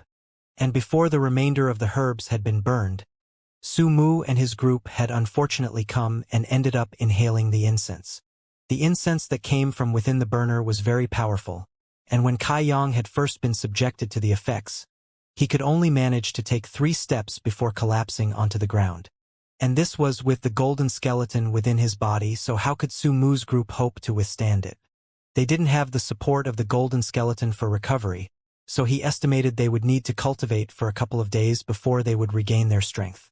Although, through his negligence, he must bear some responsibility for the current situation, it was also because of their arrogance. If the moment they had smelled the incense and stopped breathing, then they wouldn't be in this pitiful state. Hey! Why did you come? Sighing loudly, Kai Yang stored the incense burner back into the black book, while looking at the pile of bodies strewn about his floor awkwardly. Pondering for a moment, Kai Yang decided to drag all of them to a random area and leave them there. When he returned to his wooden hut, he went back to sleep. Because of that incident, Kai Yang became more vigilant. He must quickly break through into the next tempered body stage. Currently, he could only use the incense burner outside of the black book. But if he quickly broke through and neared the Kai Yuan stage, then it would no longer be so inconvenient to use. At that time, even if the incense burner was still inside the black book, he would be able to use it. The only requirement would be that he still had energy to channel into the black book. The next few days, Kai Yang trained bitterly, despite using the 2 herbs sparingly. They decreased steadily every day. On the 3rd morning, after he had completed his daily tempered body record training, he faced the east to breathe in the rich qi. While doing so, the atmospheric energy in his meridians suddenly stirred and rose rapidly. It was like they were little insects scuttling about his meridians. His face straightening, Kai Yang quickly paused to check his body. The scuttering of his atmospheric energy also caused his muscles and blood to tingle, numbing his entire body. He didn't know how long this numbing feeling persisted for, but suddenly Kai Yang felt his body lighten, while his abdomen began to heat up. The mad scuttering of his atmospheric energy immediately dissipated. The warm feeling in his abdomen seemed to come to life. Meanwhile, Kai Yang was in ecstasy. Vitality. He had finally stepped up. He was at tempered body 7th stage now and had started to develop his vitality. Vitality was a clear sign of this. In your life, the first bit of vitality that you develop comes from within your dantian, but this vitality was very nominal amount. It was unable to support the usage of even one martial skill in a battle. This was because as soon as you used this strand of vitality, it would disappear. In order to regain it, you must expend a large amount of energy. But because of this little strand of vitality, a practitioner could now be able to start their cultivation of martial skills. The Sky Tower basic fists and kicks were not comparable to the might of a martial skill. A martial skill called upon one's vitality in order to be executed, and they were the foundation of strength for all martial practitioners. For a simple punch, the power that came from the tempered body 7th stage was far superior than the 6th stage. If the tempered body 6th stage punch could produce a power of 200 gene, then with the aid of vitality, the punch from the tempered body 7th could produce 500 gene or even 1000 gene of power. Of course, when you were in the tempered body stage, a practitioner wouldn't easily use martial skills because it wasn't easy to recover your vitality. Only when you reached the Kai Yuan stage could you freely use martial skills as you pleased in battles. When you reached that stage, vitality was quickly recovered. The main issue was how fast one could recover their vitality. So once you entered the tempered body 7th stage, a practitioner must use that small stand of vitality to create their foundations and slowly increase their vitality. A common method was to cultivate martial skills. Every martial skill required several strands, or even dozens of strands, or even the strands from various meridians to execute. With different paths and orders, one can form many different martial skills. While you were cultivating martial skills to increase your vitality, you would open your body's Zhou Tian and naturally progress to the Kai Yuan stage. Every practitioner would do this. Kai Yang was no exception. Once he knew he had reached the tempered body 7th stage, Kai Yang immediately calmed his beating heart and rushed back into the wooden hut to call out the black book. He flipped directly to the 4th page and earnestly scanned the page. During these past days, as soon as he had broken through, he would try to unlock the 4th page. Unfortunately, he had never succeeded. Kai Yang guessed that he needed the tempered body 7th stage to unlock it. As soon as he reached the tempered body 7th stage, the 4th page began to morph. His guess was indeed correct. After floating around for a short while, the wisps of golden light covered the page. Separating from the page, these gold beams of light directly entered Kai Yang's mind.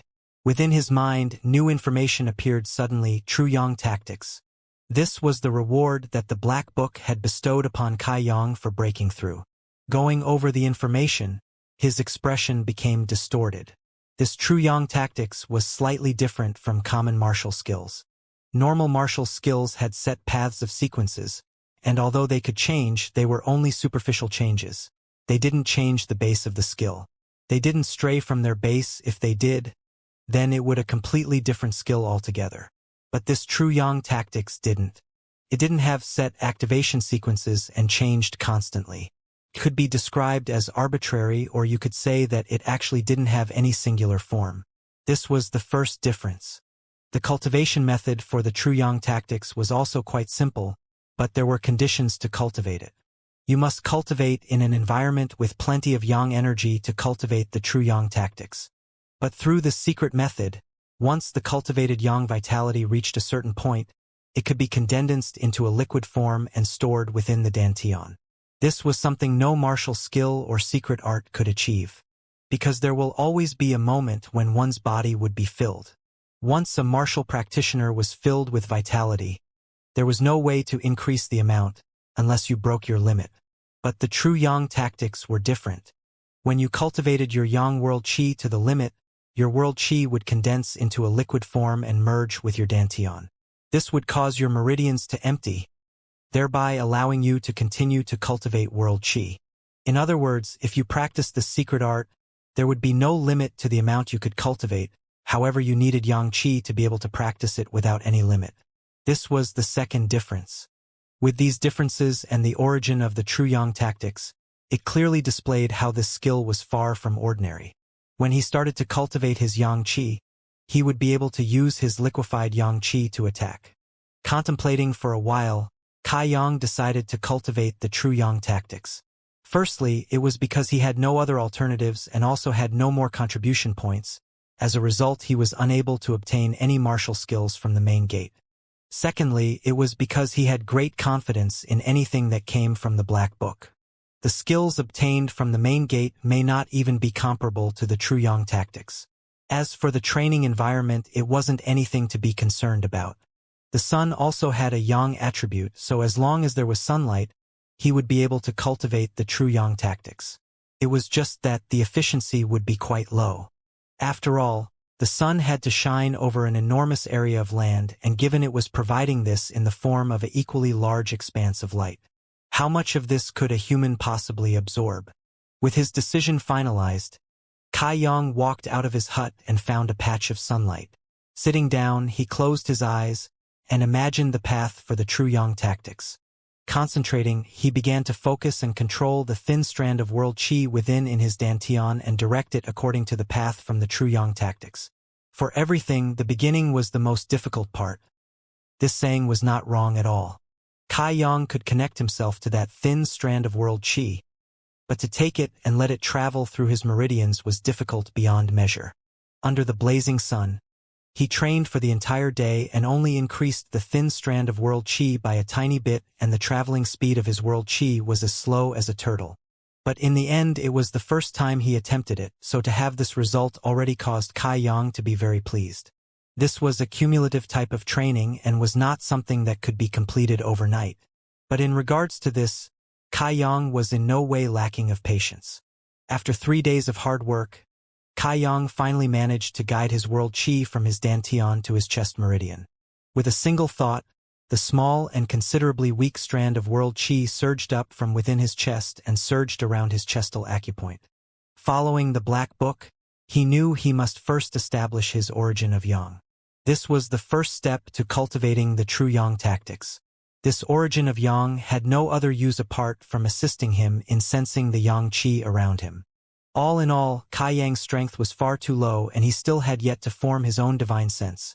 Thus he was completely unable to probe the area around him to find a dense Yang qi area. However, with his origin of Yang established, this would no longer be a problem. As long as this was created, then within a certain area, he would be able to pick up even the faintest hints of Yang qi. With his strand of world qi moving non-stop within his chest area, Kai Yang's face became tense. He could not allow the slightest carelessness. To form his origin of Yang was a very complicated and meticulous task. If there was any errors in the forming process, then all his previous work would go down the drain and Kai Yang would need to start over again. 1 hour passed, 2 hours passed, and Kai Yang, who had been sitting under the sun the entire time, was soaked from head to toe in his sweat. Given the length of time he had been sweating, for his body naturally began to show signs of dehydration. His lips had even turned pale, but Kai Yang's face remained firm. He continued to spur that strand of world qi to revolve around his chest acupoint with no signs of irritability or discouragement. Without knowing how much time had passed, Kai Yang suddenly felt a strange sensation from his chest, and a piercing pain followed like a red-hot iron had been pressed upon his skin. Abruptly, Kai Yang opened his eyes and clenched his teeth. This pain came fast and left just as fast. It only occurred for the time it took you to blink. Then his chest returned to normal. In fact, it even felt cool and refreshed, but his brain was still reeling from the severe pain and wouldn't allow him to forget about it that easily. Faintly, Kai Yang felt that something extra had appeared in his chest, but when he looked down there was nothing there. Was the origin of Yang formed? Creasing his eyebrows, Kai Yang began to contemplate. The origin should have been successfully formed. It was just formed within his central chest acupoint, so he couldn't see it physically. Since the origin of Yang had formed, then it should have some reaction with the Yang qi. Why couldn't he sense it? Could it be that, in this area, there was no dense areas of Yang qi? Keeping this thought in mind, Kai Yang stood up and walked towards the center of Sky Tower. As he walked, he paid careful attention to any movement within his chest. He hadn't been walking for long when a warm feeling spread out from his chest. Kai Yang's expression jolted in surprise. It seems that this was the case. The origin of Yang had been successfully formed, and the reason why it had displayed no reaction earlier was because there was hardly any Yang qi around. Now there was a reaction. It meant that there was area with dense Yang qi in the vicinity. Kai Yang's face revealed his excitement. In order to cultivate the true Yang tactics, there were very harsh requirements. If the density of Yang qi was high, then the speed you would be able to cultivate would also be faster. Looking back at how Kai Yang had relied on the sun's Yang qi, the speed would inherently be slow due to the low density. Follow his origin of Yang's perception. Kai Yang madly ran and soon entered a room. As soon as he entered, a very familiar voice sounded. Little Kai Yang, Why did you come over here at such a time? Lifting up his head, Kai Yang saw that it was Treasurer Meng behind his counter looking at him strangely. It turned out that this place was the contribution hall. Glancing at Treasurer Meng, then glancing over at the back hall, Kai Yang rolled his eyes. The origin of the Yang Qi was clear. It was most definitely originating from something Yang attributed in the contribution hall stock. But this was the contribution hall, so if he wanted that object, then he could only obtain it by exchanging contribution points for it. Kai Yang's current balance was 0, for all of his points had been exchanged for the 3-leaved Chaos Spirit Flower and the dead Jedi tree grass herbs. Understanding this point, Kai Yang became very disappointed. He didn't even bother to answer Treasurer Meng's question and only lowered his head dejectedly and trudged out. What's your problem? Old Man Meng also became gloomy. Walking aimlessly around Sky Tower, the origin of Yang would occasionally have a reaction and lead him to Yang Qi dense areas. But these Yang Qi dense areas were either domains of powerful people or they were already in someone's bag. Kai Yang even thought about disguising himself to steal one from them. But when he looked at his small and weak physique, then looked at their strength, Kai Yang could only dispel these thoughts. Although he was unable to obtain these Yang-attributed treasures, Kai Yang was not left without some gain. Through his many experiments and constant use, Kai Yang's origin of Yang could now sense any Yang Qi within 500 feet of himself. Once his search range reached the distance of 500 feet, he could no longer increase it. It was probably related to his own strength. Once he stepped into the next stage, this area would most likely increase again. After 2 or 3 hours of walking hurriedly around Sky Tower, Kai Yang had almost visited all the places, apart from some forbidden areas. Kai Yang had come up with no results, but thinking back, anything that the origin of Yang could sense was most likely quite valuable. Since they were quite valuable, would they just be lying around on the road for him to find? Kai Yang's childish ideas were really too funny. Should he make another trip to Black Wind Mountains? The mountain range should have some Yang-attributed things, right? Just as he was considering the feasibility of this idea, the origin of Yang within his chest heated up. Kai Yang ended up following his origin of Yang almost by reflex, and he began walking in that direction. After walking for a short while, it literally stretched across the heavens and earth mountain stream appeared. A powerful gale blew towards him as if it was greeting him, nearly knocking him over in the process. Turning around and lifting up his head, Kai Yang stared blankly ahead. How could it be here?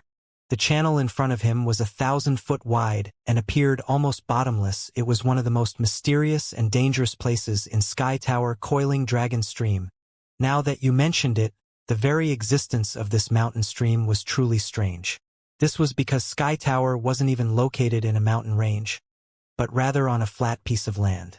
Although it was called a mountain stream, it would be more suitable to call Coiling Dragon Stream a giant crack in the earth itself.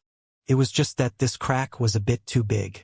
Coiling Dragon Stream, the most forbidden place of all the forbidden places in Sky Tower. This is because once you entered, fierce winds blew. A single moment's carelessness could cause you to slip and fall, plummeting to your death. This place was also the place where exiled or traitorous disciples were sent. In the past several hundred years, whenever a disciple committed an unforgivable act, they would be given a few rations and exiled to Coiling Dragon Stream. This made Kai Yang extremely confused.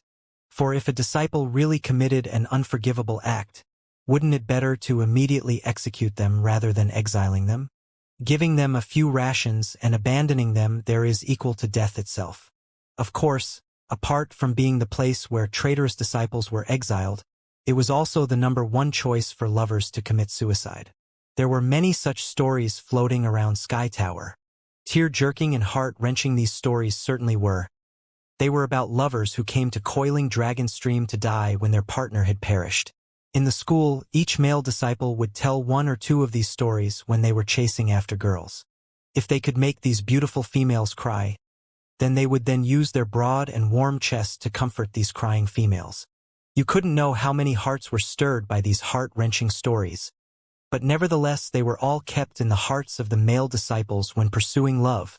In regards to the information Kai Yang held on Coiling Dragon Stream, he reviewed it once more in his mind. Slowly, he took a few steps forward and looked ahead in doubt. How could there be yang qi inside? Not to mention that this reaction was different from all the previous reactions. This time it indicated there was a very strong concentration of yang qi and that it was also slowly drifting upwards. Even though he was standing next to this place, Kai Yang could still sense a small warm feeling from the open air. This warm feeling was not from the sun. It was several folds more pure than the sun's energy.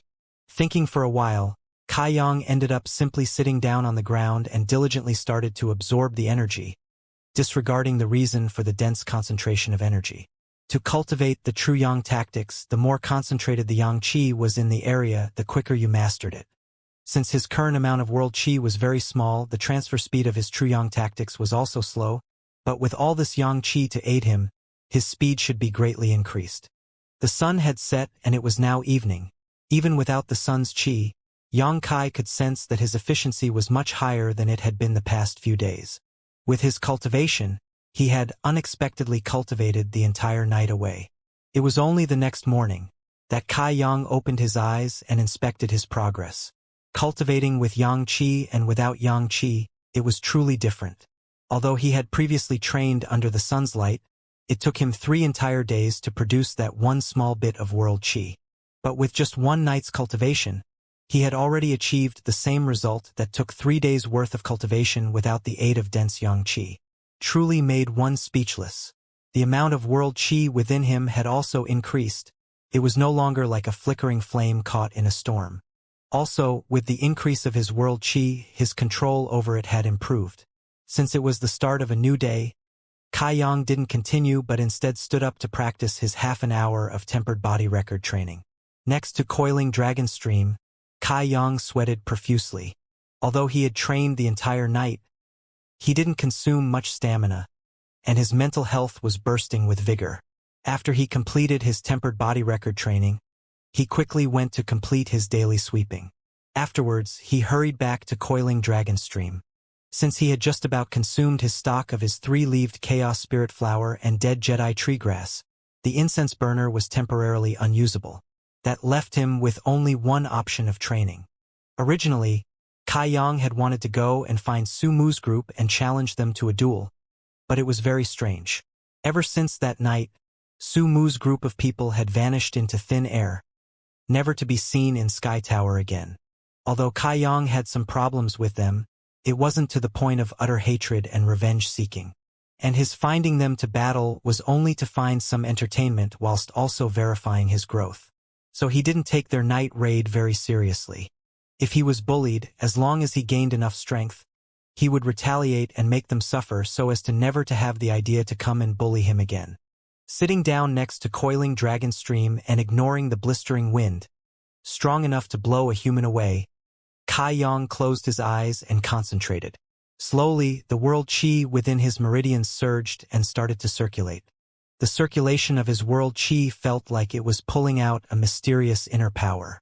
This caused all of the pores in his body to open up and suck in the yang qi in the air into his body, like a kitten who had just smelt a delicious fishy scent. His entire body heated up, like he was bathing in hot water, making Kai Yang feel extremely comfortable. 2 days flew past and Kai Yang's work had been very rewarding. After these 2 days of cultivation, the world qi inside of Kai Yang had expanded greatly. And within this world qi was small ball of flaming yang energy. This was a distinct characteristic of cultivating the true yang tactics. Since the world qi within him grew by absorbing yang energy, it would naturally be yang attributed. Kai Yang didn't know the average amount of world qi that someone who was at the tempered body 7th stage would have. They shouldn't have as much as him though. Although the accumulation speed was very slow, the true yang tactics allowed him to absorb the yang qi around him. How many secret methods allowed one to do such a thing? After Kai Yang finished his training, he slowly opened his eyes. Over the past few days, the accumulated yang qi had gradually become denser, and the warm feeling in his meridians had also become more and more distinct. Kai Yang felt that the absorbed yang qi would soon reach its limit. Once he had absorbed enough to reach the limit, the yang qi would condense into a liquid state. This liquid yang qi would then be stored within his dantian. Such a drop of yang qi could be then used in battle, giving him access to unimaginable power, which caused Kai Yang to anticipate such a time greatly. Opening his eyes, Kai Yang prepared to adjust his posture when, from his peripheral visions, he caught sight of a person standing not too far away from him. His expression changed. Since he had been so immersed in his training, he hadn't sensed that person approach, leaving Kai Yang to wonder when they had arrived. The person was standing off to the side and was wearing a cyan robe. His sleeves were elegant and he was tall with a straight stature, white hair, a mustache and a thin wispy goatee hung down from his chin. Looking at him, his age should be about the same as the Contribution Hall's old man Meng. But their auras were vastly different. At first glance, Kai Yang felt that his brain had up and gone with the wind. This person's aura and old man Meng's lecherous hoodlum attitude starkly contrasted each other. When compared together, one was up in the heavens and the other was down in the earth. Currently, one of the man's hands was behind his back while the other one was stroking his beard while he stood over there gazing down into coiling dragon stream. His gaze was very strange. It was so strange that it was even strangely complex. This man was clearly a learned sage, while also being an excellent martial elder. With this in mind, Kai Yang quickly stood up and called out the standard disciple greeting. Disciple Kai Yang has seen this senior. Surprised by Kai Yang's voice, the elderly man casually turned around and kindly looked over. Nodding his head, he replied, "N, how should this disciple address you?" Although he knew that this person was a powerful person in Sky Tower, he had never met him before. Naturally, he would ask, otherwise he might mix up the seniority rankings and address him incorrectly. Muttering to himself, the elderly man's eyebrows knitted together as if Kai Yang had asked him an exceedingly difficult question. After a good while he said, "You can just address me as the 11th elder." 11th elder? This caused Kai Yang to become slightly suspicious. Although there were a few elders in Sky Tower, there couldn't be an 11th elder. But all in all, this person was his senior, so if he wished to be called that, then Kai Yang could only comply. Immediately he paid his respects. "This disciple greets the 11th elder." The 11th elder smiled and his expression became kinder. Gently he asked, "Are you practicing your martial skill?" "Yes." Kai Yang nodded his head. "And it's a Yang attributed martial skill?" "Yes." The opposite party's strength was definitely not weak. Otherwise, how could he sense Kai Yang absorbing the Yang Qi to cultivate? "How is your progress?" "It has only been a few days since I started practicing, so the progress is not bad." 11th elder once again asked a few more questions and Kai Yang responded to each one, with his heart slightly moved. This elder was very amiable and gentle, since he treated such a low-level disciple with such care, easily allowing one to have a good impression of him. With great care, Kai Yang thought of a question to ask. 11th elder, after practicing for a couple of days, there is something this disciple doesn't understand. "Oh, say it so that I may hear it." The elder's spirits were suddenly aroused. "Why is there Yang Qi rising out from below coiling dragon stream?" Laughing for a bit, 11th elder replied, "The answer would be that there is a Yang attributed treasure located down there." Kai Yang didn't know whether to laugh or cry. For this he could naturally guess. He just had no idea as to what that treasure was. "Do you know how this coiling dragon stream was formed?" 11th elder suddenly asked a random question. Although Kai Yang didn't know the senior's intention, he could only shake his head.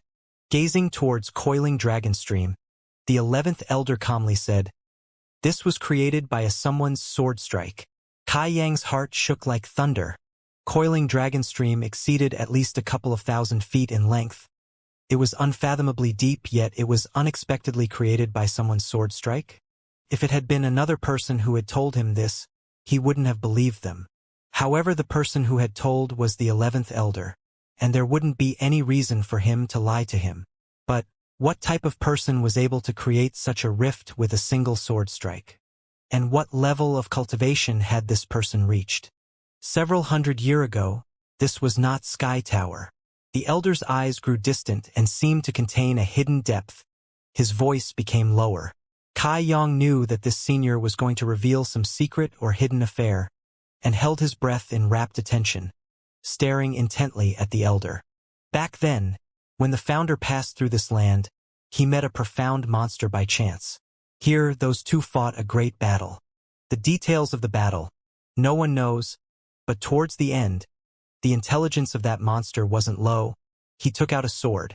As he narrated the story, the 11th Elder also was using his hands to gesture around the east and west directions of Coiling Dragonstream. With one strike for the sword, Coiling Dragonstream was created. Dun dun duin. The monster then escaped inside, with the founder pursuing closely behind. With great effort and suffering equal hardship, the founder managed to kill and behead that monster. But that monster's strength was too profound, and when he died, his spirit vanished into thin air. However, the founder was not relieved, so he founded Sky Tower here and guarded Coiling Dragonstream for some years.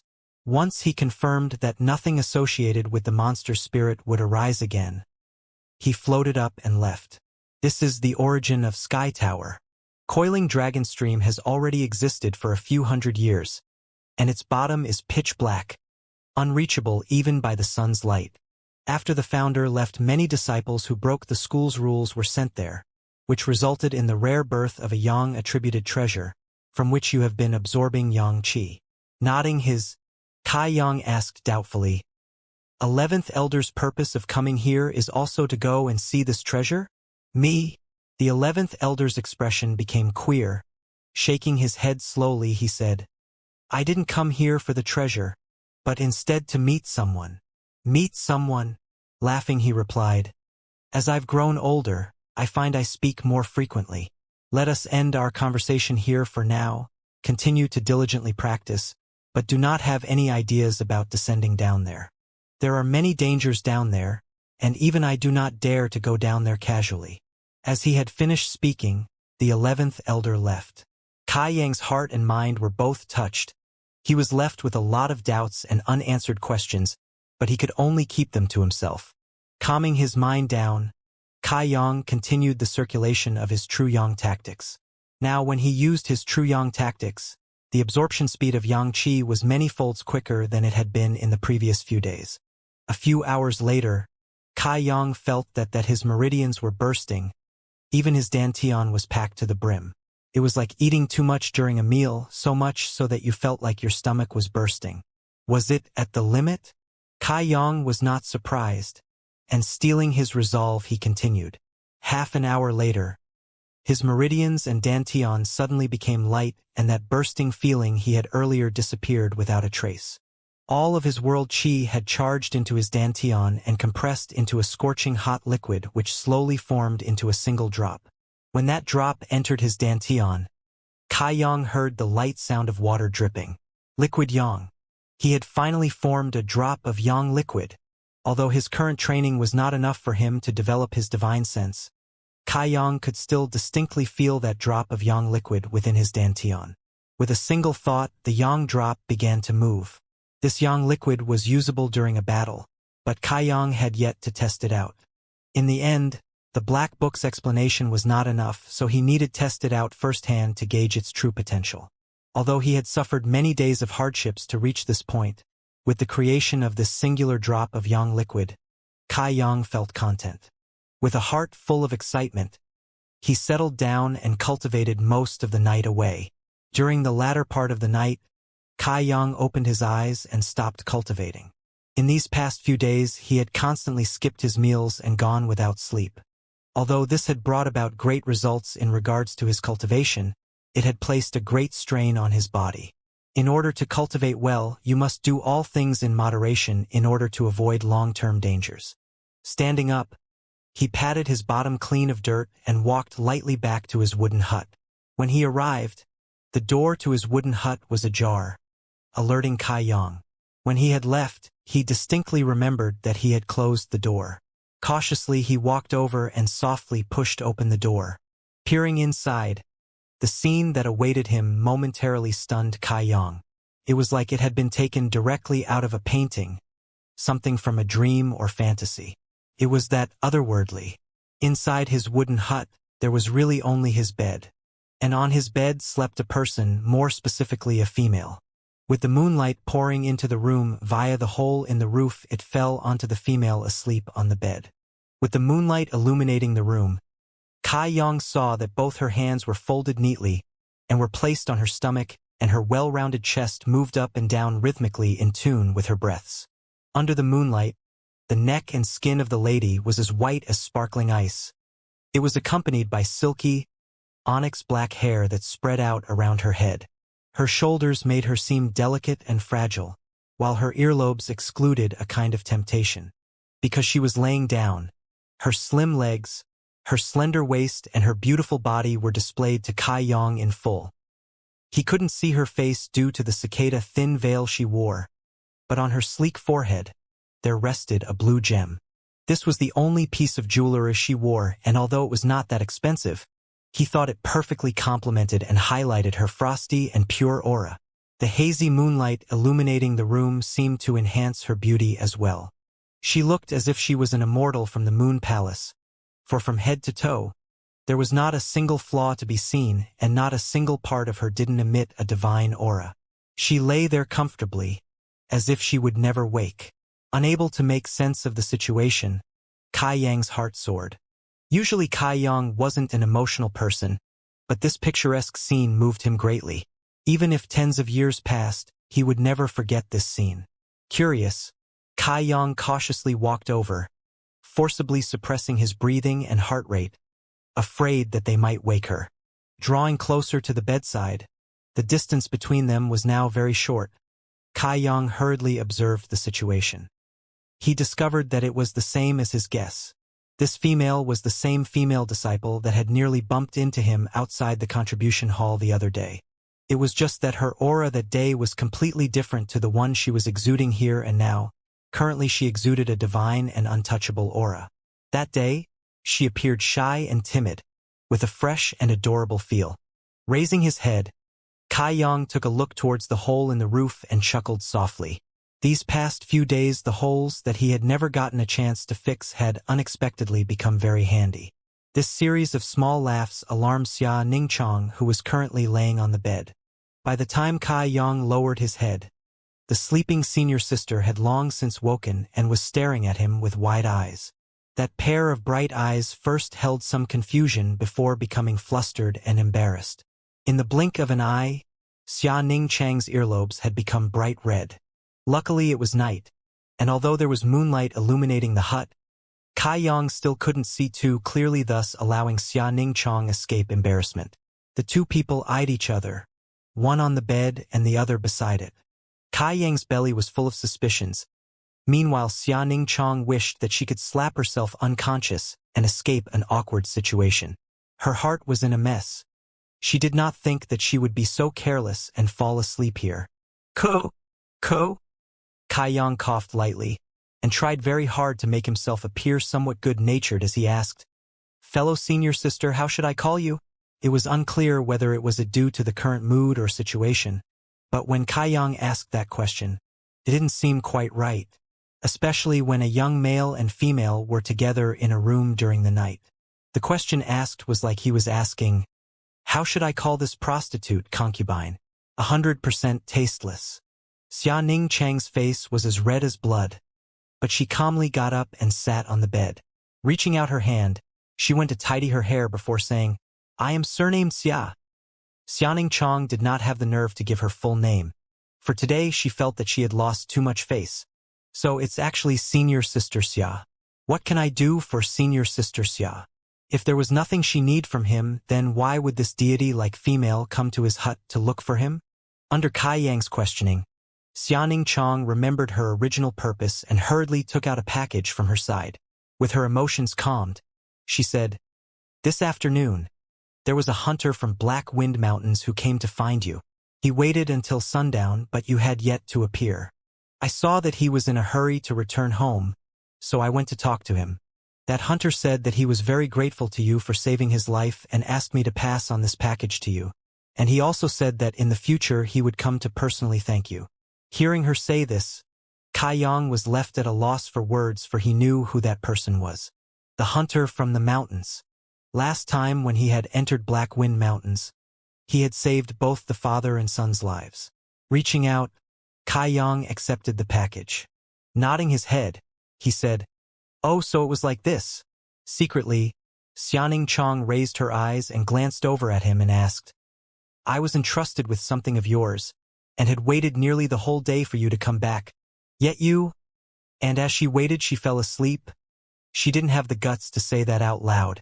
This was too frustrating for her, and she had also unexpectedly fallen asleep in another's bed. Kai Yang already fully understand today's affair. Laughing out loud he said, I have troubled senior sister, so next time I will make sure to come back earlier.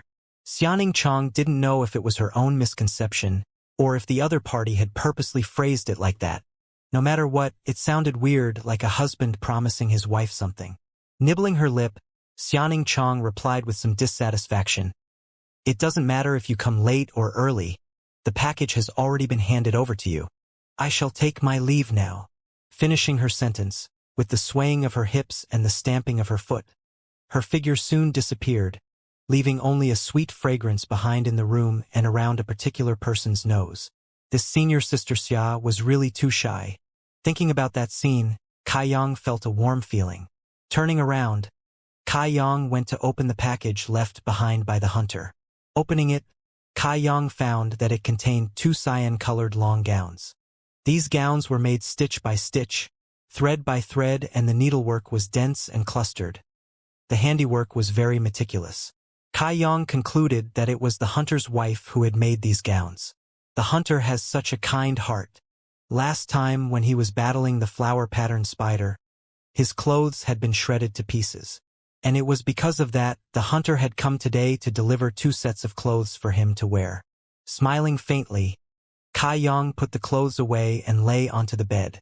That night, Kai Yang slept soundly. The next day, Kai Yang was awoken by a light knocking on his door. By the time he had crawled out of bed and opened the door, there was nobody outside. But in the distance, a familiar body figure could be seen rapidly running away. Li Yun Tian's figure. What is this guy up to? Perplexed, Kai Yang didn't know what to think until he noticed a letter had been placed on his doorstep. Opening the letter, he read the contents and was unsure whether to laugh or cry. There were a few words written on the letter, however, they were written in blood.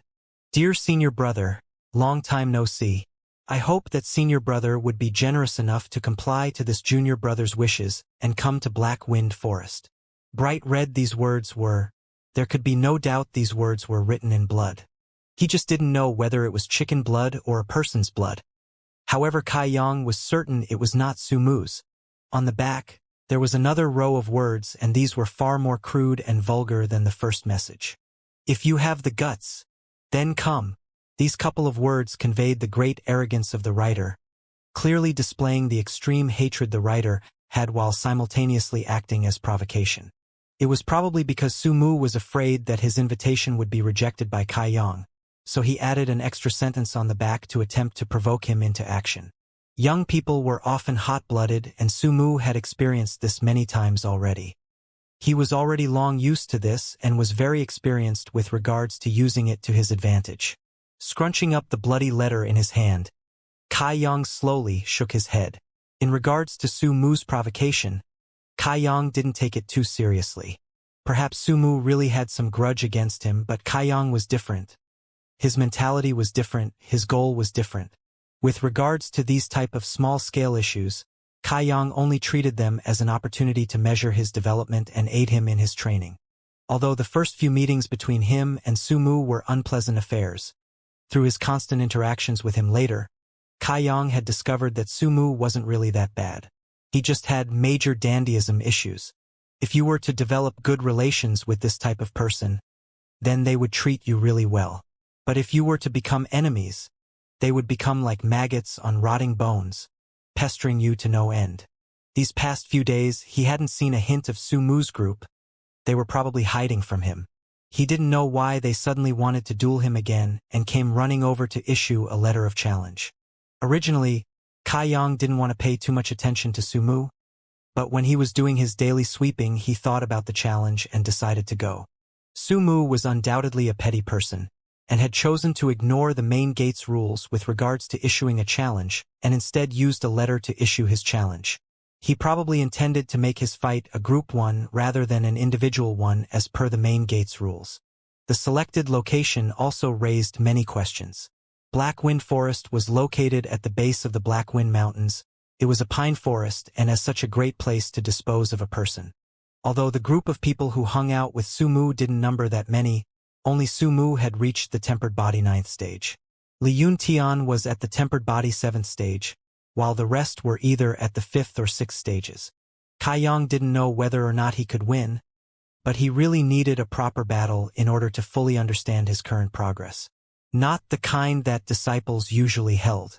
Currently, Sumu was personally waiting on Sky Tower's road towards the Black Wind Forest. Not a single person was hidden in ambush. He stood there valiantly. Full of vigor he stood there. When he thought about his failure a few nights ago, his fully unconscious embarrassing state, Sumu's face became really ugly. That night, he didn't even know what had happened. All his fellow disciple brothers who had come with him to Kai Yang's small wooden hut had fainted suddenly. It had happened all too suddenly and mysteriously. It wasn't until the next morning that they managed to wake up. Although it was summer and sleeping outside wouldn't do them any harm, there were still a lot of mosquitoes. When they woke up, everybody felt like a couple of hundred bumps had formed all over their bodies. An unfathomable amount of mosquitoes had bitten them and drank their blood while they dreamt. The following couple of days, Sumu's group had all been bedridden and were in an extremely weakened state. After they had healed, all the disciples Sumu had taken under his wing had run away from Sky Tower. If they couldn't afford to offend Kai Yang, then why couldn't they run away instead? Yesterday, when he was informed that Li Yun Tian had learnt his first martial skill, Sumu's flame of revenge was once again ignited. So he sent Li Yun Tian to give Kai Yang a letter of challenge with the fight to be held in Black Wind Forest. The reason why this duel wasn't held in Sky Tower was because Sumu didn't have a lot of faith in Li Yun Tian. If Li Yun Tian were to once again lose to Kai Yang miserably, then the remaining people would flock to spectate. What main gate rules, to hell with the rules, for he only wanted to beat Kai Yang until he looked like a pig. If he couldn't release this resentment within him, then he would surely lose his head. Just as he was thinking about this, Li Yun Tian hurriedly rushed over. "Did you deliver it?" Sumu asked, a fierce light in his eyes. Good. Then let's wait for that bastard to come." There he waited, but no matter how long he waited, Kai Yang did not appear. Sumu's face showed his impatience as he paced about before finally asking, "Could it be that bastard didn't have the courage to come here?" Just as he swore, Li Yun Tian cried out abruptly, "Young Master Su, someone is walking over here." Eh? His mind shaking, for he thought that Kai Yang had really come over in search of death. When he went to look, the person who was walking over was not Kai Yang. "Young Master Su, it's people from the Storm House," Li Yun Tian reported as he continued to observe the approaching group. "And the lead person seems to be Cheng Xiaofeng." Cheng Xiaofeng. Su Mu's expression became cold as he turned his head to look at the incoming group. It really was Storm House's Cheng Xiaofeng who was leading a group of people. They arrogantly approached Su Mu. "Young Master Su, do you want to take a walk and avoid them?" Li Yun Tian asked hesitatingly, for he knew that between Su Mu and that Cheng Xiaofeng, there was some history. Both of them were cultivators at the peak of the tempered body stage and had crossed paths many times over these past years, with about the same amount of wins and losses belonging to each. If they were to meet right now, there would certainly be some friction. "Avoid what?" Sumu responded coldly. "Does he have the qualifications to make this lord move for him?" Li Yun Tian didn't reply, for he knew that this matter was related to one's face for these two. Sumu was a very proud person. How could he possibly move aside for another? But the number of people in the opposite party was quite a lot, so if they really started to fight, then his side would suffer. As they were speaking, Cheng Xiaofeng had already spotted them from afar, and his expression immediately became cheery, and he said some things to the people following behind him. Their pace noticeably hastened. Not long after, the two parties met up with each other. Although Sumu's group was occupying the road that led to Black Wind Forest, this road was a four-way intersection that also led to the residences of Stormhouse and the Blood Group. It also continued throughout the whole of Sky Tower and its various buildings. With the positioning of Sumu's group, it was equivalent to blocking Cheng Xiaofeng's path. I didn't know who it was that dared to block my way, but it turns out it was actually Su Mu. Walking up, Cheng Xiaofeng looked down at Su Mu in contempt while sizing him up. His voice was slightly mystifying. Su Mu just rolled his eyes and continued to stand there with a back as straight as a javelin stick. He wasn't even in the mood to bother with him. This blatant disregard made Cheng Xiaofeng somewhat displeased. Go, Gigi, younger brother Cheng. They are ignoring you. A tender voice sounded. It was pleasant to hear, but gave one an unrestrained feeling. Following the sound of the voice, Su Mu looked over to see a lovely-looking young lady standing behind Cheng Xiaofeng. This young lady wore a loose jacket with a hint of her pink shoulder showing, while emitting a porcelain doll-like aura. Her skirt barely covered her bottom, revealing half of her buttocks. Her white legs were also revealed and her jade-like feet were enclosed in a pair of wooden shoes. Small and exquisite jewel-like sparkling fingers were accompanied by a pair of seductive eyes. The young lady and Su Mu's ages weren't that far apart, but the way she walked was much more adult with her hips swaying seductively. With 1,000 different techniques to seduce, bursts of ferocious waves were coming from her chest, making all those who saw her faint-headed. At such a young age, she already had the air of a mature woman. It was just that this air had yet to fully develop, so it seemed a bit unnatural. Who may air? When he saw this young lady, Su Mu's expression couldn't help but change. His mouth widened into a smile, and his gaze swept across her body. Unconsciously, he swallowed a mouthful of saliva. Even Su Mu had reacted to such a degree, let alone others with less self-control like Li Yuntian. Every pair of eyes were like the eyes of dragonflies and locusts, glued onto Hu Mei Er's body. As they stared at that well-developed figure, their breathing gradually became ragged and their shameful inner selves were revealed. Although, throughout the lands, pretty boys and girls were not scarce, those of exceptional beauty like Hu Mei Er were exceedingly rare. Not to mention that she was only a 15-16-year-old girl and still had skin so tender it was out of reach even for those using the latest Nivea skin creams, which just added lethality to her body's killing power. Li Yuntian and the others were only boys still in puberty, adding to that their vigorous chi energy, so when they saw such a stimulating scene, their reaction was imaginable. But the various reactions of the boys from the Sky Tower's pavilion didn't enrage or disgust Hu Mei Er. To the contrary, she seemed to enjoy their reactions. Placing her hand cutely on her mouth, she said, "It seems that younger brother Su recognizes this older sister?" Su Mu coughed a bit and forced himself to straighten up his expression. With his face a bit red, he replied, "Naturally I recognize you." Cheng Xiaofeng was the leader of the tempered body practitioners at Stormhouse, while this Hu Mei Er was the leader for them at the Blood Group, and this female's personal status was not ordinary. For she was the daughter of the master of Blood Group. It was just her reputation wasn't very good. Not to mention that the master of Blood Group, Hu Man, did not control her and allowed her to act however she wished. Although Hu Mei Er was still young, the number of people that she controlled was vast. Only today, the reason why she was walking with Cheng Xiaofeng was a mystery. Could it be that he had also come under her wing? Thinking of that, Su Mu became endlessly envious. Previously, he had been envious over Cheng Xiaofeng's luck with women, but now he had been subdued by a woman.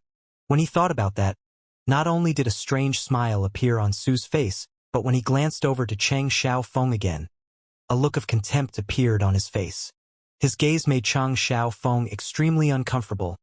While the Sky Tower Pavilion people's eyes were still glued on Hu Mei Er's body spinning around in circles, Su Mu was staring at him and put him in a bad mood. At that moment, he took a few steps forward and cut off their view of Hu Mei Er. This seemingly casual movement caused Hu Mei Er to purse her lips in amusement. "Su Mu, tell your people to make way," Cheng Xiaofeng said with a gloomy face. He didn't even bother to say a few words of courtesy. Su Mu only sneered. "The great road goes to the sky. Each one walks their own path. So how could we be blocking your way?" "Yes," Cheng Xiaofeng replied with a hazy expression. "What if I do not move aside?" "A measure for a measure," Su Mu asked, for the tension and friction between the two people was not the kind developed overnight. Due to this, they were each far too clear on each other's methods. So what did Su Mu have to fear? Younger brother Cheng, younger brother Su, standing here is nothing important, we can just take a detour. No one will say anything about you. Hu Mei Er suddenly butted in and said. It looked like she was trying to peacefully resolve the problem. But in reality, she was fanning the flames. Su Mu secretly called her a slut. For this woman's mind really was too sinister. As soon as she became a member of Blood Group, she was all too eager for the animosity between Sky Tower Pavilion and Storm House to reach the boiling point and for a fight to erupt. As Cheng Xiaofeng heard Hu Mei Er's words, his originally hesitant expression instantly hardened and became decisive. Sneering, he said, "If you don't fuck off now, you will regret it." He purposely acted tough in front of Hu Mei Er. How could he back down now? The corners of Hu Mei Er's mouth twitched into a smile, while she watched the two people with a gaze full of interest, while taking a few steps back in expectation. "If you have the guts, come and try."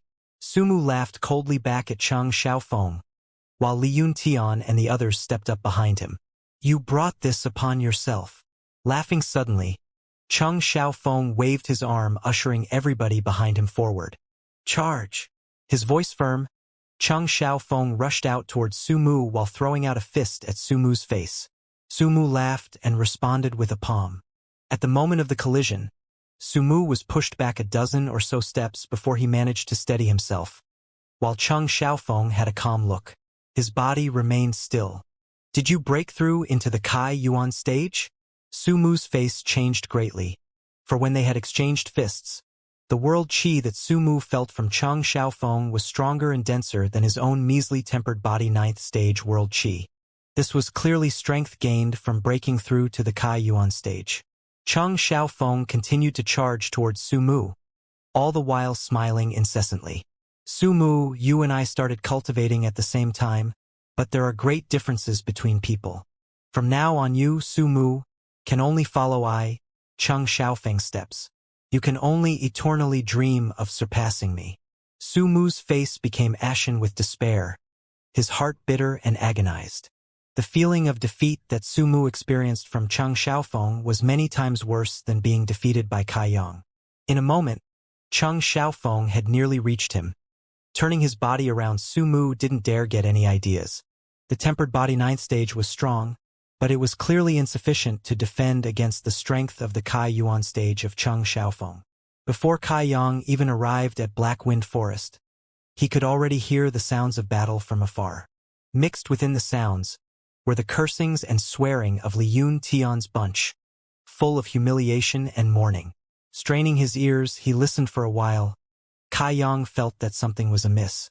It sounded like Sumu's group of people had met some type of trouble. Coming to this conclusion, Kai Yang hastened his pace. When he arrived at that four-way intersection, he surprisingly found Sumu bloody-nosed and with a swollen face, laying on the ground, while a youngster sat on top of him while beating him, with Li Yuntian and the others clustered around Sumu. They used all their strength to protect themselves, but it was no use since the amount of people on the opponent's side was too great and their accumulated strength was vastly superior. The disciples of Sky Tower Pavilion were already preoccupied with battle, so how could they pay attention to Sumu? "Submit or not?" Cheng Xiaofeng slammed one fist down onto Sumu's eye. Sumu's eye socket had already long since split apart. Blood was dripping out. "Submit to hell!" Sumu spat out a thin streak of blood towards Cheng Xiaofeng's face. "Submit or not?" he asked again while slamming another fist down, this time on Sumu's cheekbone area and causing it to swell up. "I submit. I submit to your ancestors." Sumu was gasping for breath, yet he was still spitting out sharp phrases. "Submit or not? Submit to your grandmother's butt." Cheng Xiaofeng didn't waste any more words. He just sent out a fist before asking, "Submit or not?"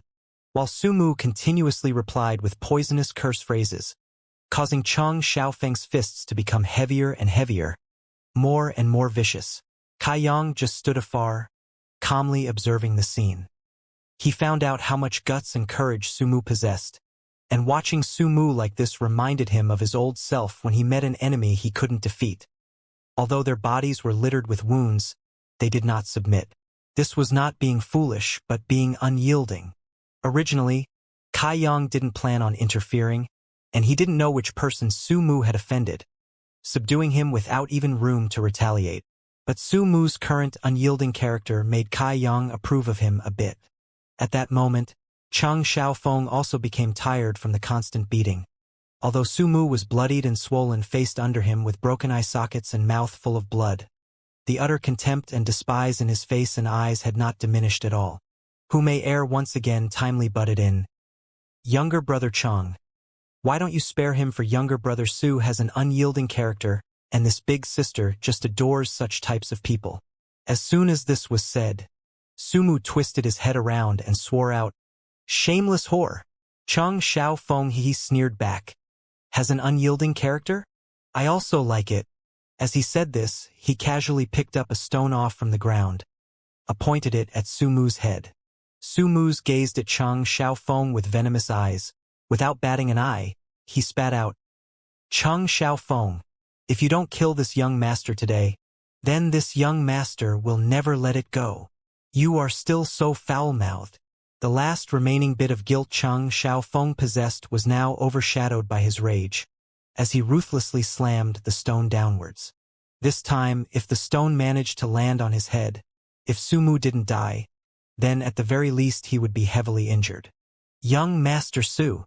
Li Yun Tian and the others cried out helplessly as they lay on the ground clutching their heads. They resigned themselves to their fate of having the disciples from Stormhouse viciously kick their bodies. A flash of amazement passed through Hu Mei's eyes. Her heart couldn't help but throb continuously. It had only been a disagreement between junior disciples, but a disciple bashing another's brain was different. She hadn't imagined that things would escalate to this level. If Su Mu really died here with his status, then Sky Tower Pavilion and Stormhouse would be at each other's throats in enmity. Everyone's thoughts were different, but they were all conjugated at the stone in Cheng Xiaofeng's hand. As they watched the stone slowly approach Su Mu's face, an extremely thin hand suddenly shot forward and blocked the stone's path. That hand didn't seem all that strong. It even looked thinner than average, and as the tip of the stone collided with that hand, it split the hand open and a stream of blood gushed out. With the stone's path obstructed by that hand, it ensured that Su Mu suffered no further harm from it. With this near-fatal strike stopped, the tense hearts of Li Yun Tian and the others immediately released a breath of relief. Anxiously they lifted up their heads, as they wanted to see who it was that had managed to stop that stone at such a crucial moment. But when they saw that person's face, their expressions turned into ones of shock and embarrassment. "Senior Kai!" Li Yun Tian cried out, for out of all the possibilities, he would never have imagined that the savior was in fact Kai Yang, the person they had previously planned to ambush and beat up. At that moment, Li Yun Tian was ashamed and unable to show his face. The ruckus quickly settled down, the Stormhouse disciples stopped their kicking, and the victims, the Sky Tower disciples, took the opportunity to recover. Standing to the side, Hu Mei's small mouth was open. She was somewhat in shock as she stared at Kai Yang. She discovered that even though this thin-figured young man's hand was overflowing with blood, his brow hadn't even crinkled nor had his expression changed from the pain. On the contrary, his face showed signs of excitement and anticipation. His pair of sparkling eyes held a savage glint.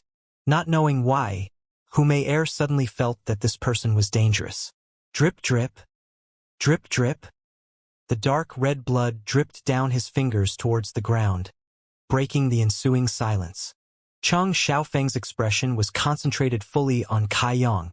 Coldly he asked, "Are you a disciple from Sky Tower Pavilion?" "Yes." Kai Yang nodded his head, while the familiar stabs of pain stimulated him further and made the blood throughout his body boil in excitement, itching to battle and caused him to be impatient as he tried to calm the surges of adrenaline. "What is your motive in meddling in other people's business?"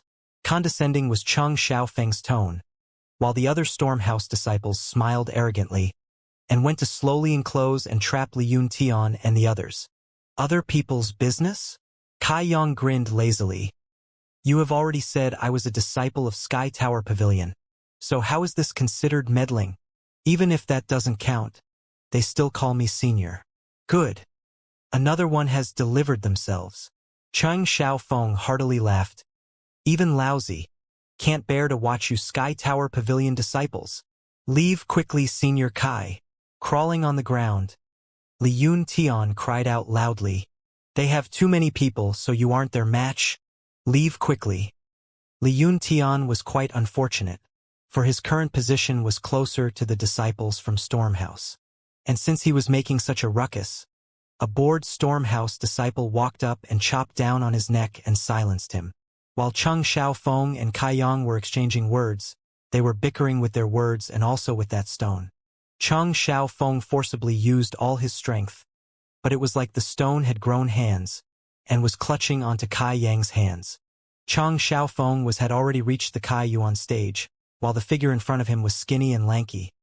A simple breeze could blow him over, and to top it off, the Sky Tower Pavilion disciple was only at the tempered body level.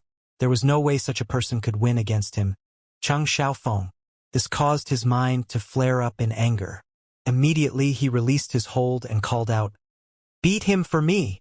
The surrounding Stormhouse disciples heard the command and threw themselves towards Kai Yang. Promptly Kai Yang moved his body, still clutching the stone that was dyed blood red, and threw the stone towards a nearby Stormhouse disciple. No matter what, this fist of Kai Yang's couldn't match up to a weapon.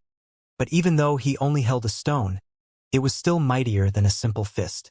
Taking the opportunity, before the Stormhouse disciple reached Kai Yang, he was assaulted viciously on the head by that stone. It cut open the side of his head, revealing the red flesh beneath, while he fell to the ground. Even though he had hit a person, Kai Yang didn't stop there. In fact, his movements became sharper and sharper. Like a hawk closing in on a rabbit, he did the same to another Stormhouse disciple. Kai Yang's strikes were very fierce, his methods cruel and far from what anyone had imagined. In an instant, he had dealt with 4 Stormhouse disciples. Meanwhile, the stone had now crumbled to pieces. Throwing out another fist, the stone bits flew out like hidden weapons, dense and closely packed. The stone bits flew out in all directions.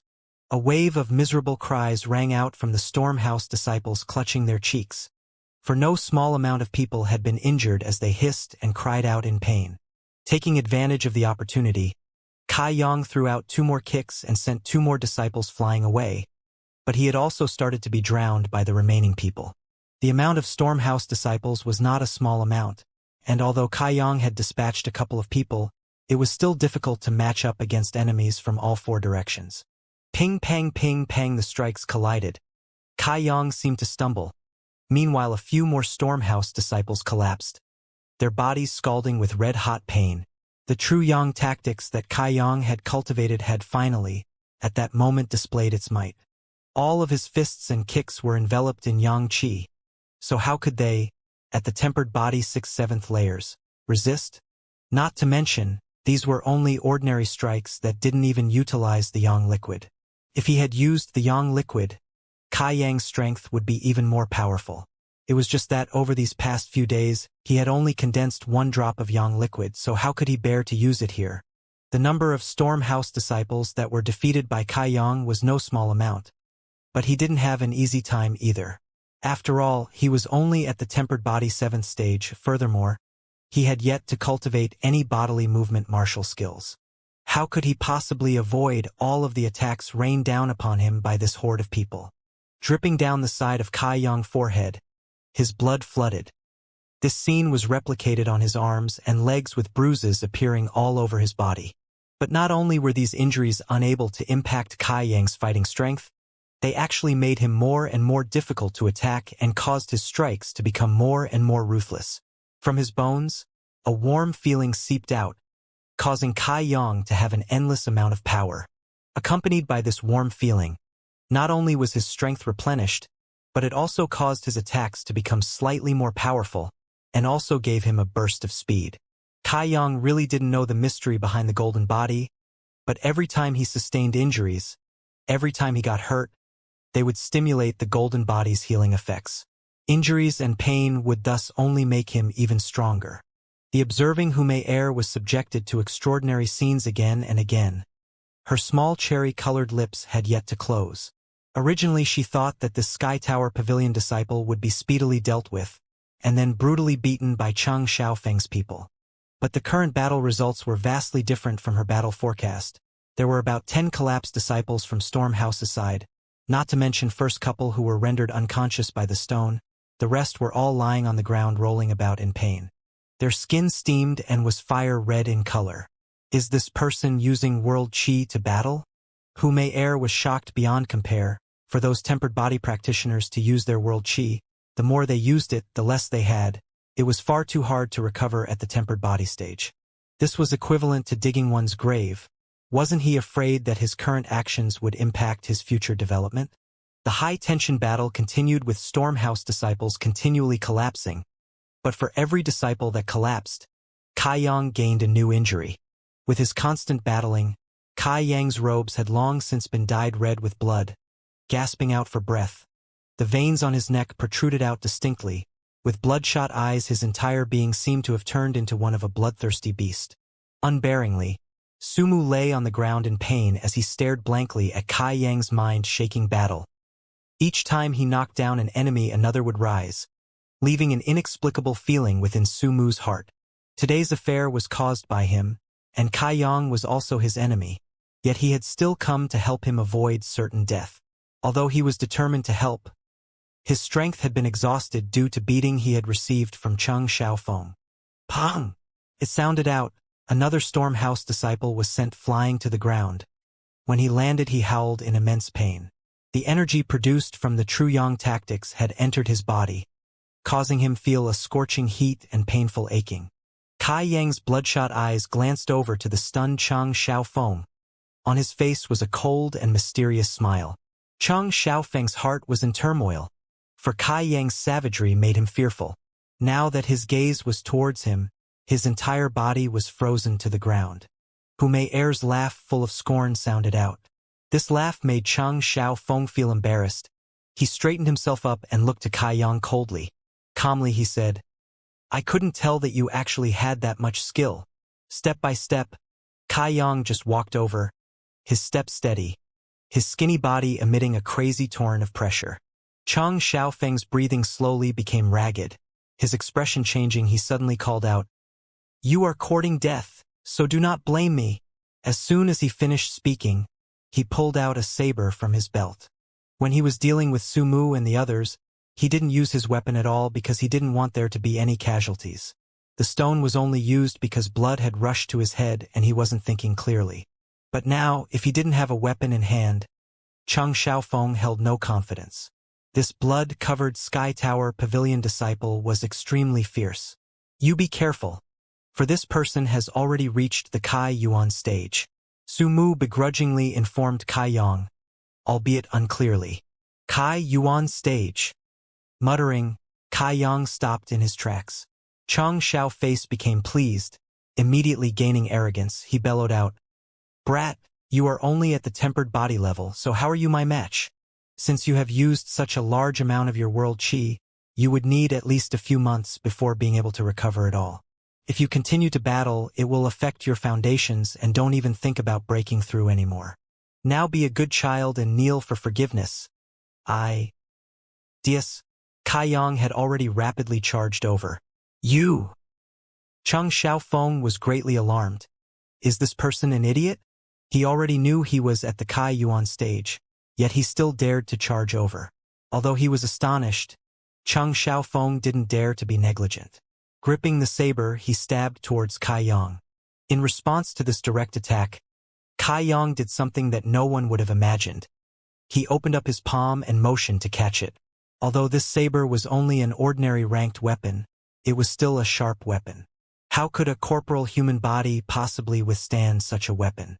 Cheng Xiaofeng's expression was pleased, thinking that he was walking down the path to his own demise. Increasing the speed of his long saber, he went to greet Kai Yang's open palm. Pooh, it sounded. It seemed to go exactly how everyone imagined it would go, with the saber impaling Kai Yang's hand and blood spurting out everywhere. Ayers was startled. When she had seen Kai Yang's confidence and how he welcomed it with grandeur and power, she thought he had some unimaginable and amazing method. But now when she saw that he was so easily injured by Cheng Xiaofeng, she couldn't help but feel disappointed. In the end, the person didn't amount to much. and only had foolishness. Before Hu Mei Er's thoughts were finished, they changed by 180 degrees. Even though Kai Yang's hand had been pierced, he didn't stop and still closed in towards Cheng Xiaofeng. In a blink of an eye, the two people were within reach of each other while the sound of flesh on the saber made others cringe. Pa! It sounded. Kai Yang's skewered hand went to grip onto Cheng Xiaofeng's sword hand and the handle.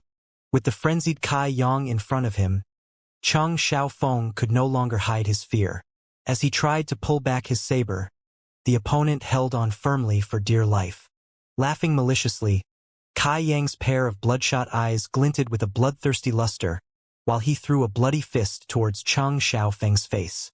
Frantically, Cheng Xiaofeng raised his arm to block while also hastily using his world qi to assist in his defense. But Cheng Xiaofeng had only just entered the Kai Yuan stage. How much world qi did he have within him? Ruthlessly, Kai Yang's fist smashed into his face, dislodging one of his teeth, and his cheek immediately started to swell. The scalding that he felt afterwards was like boiling water was constantly being poured onto his face. Such tyrannical world qi. Cheng Xiaofeng was finally frightened.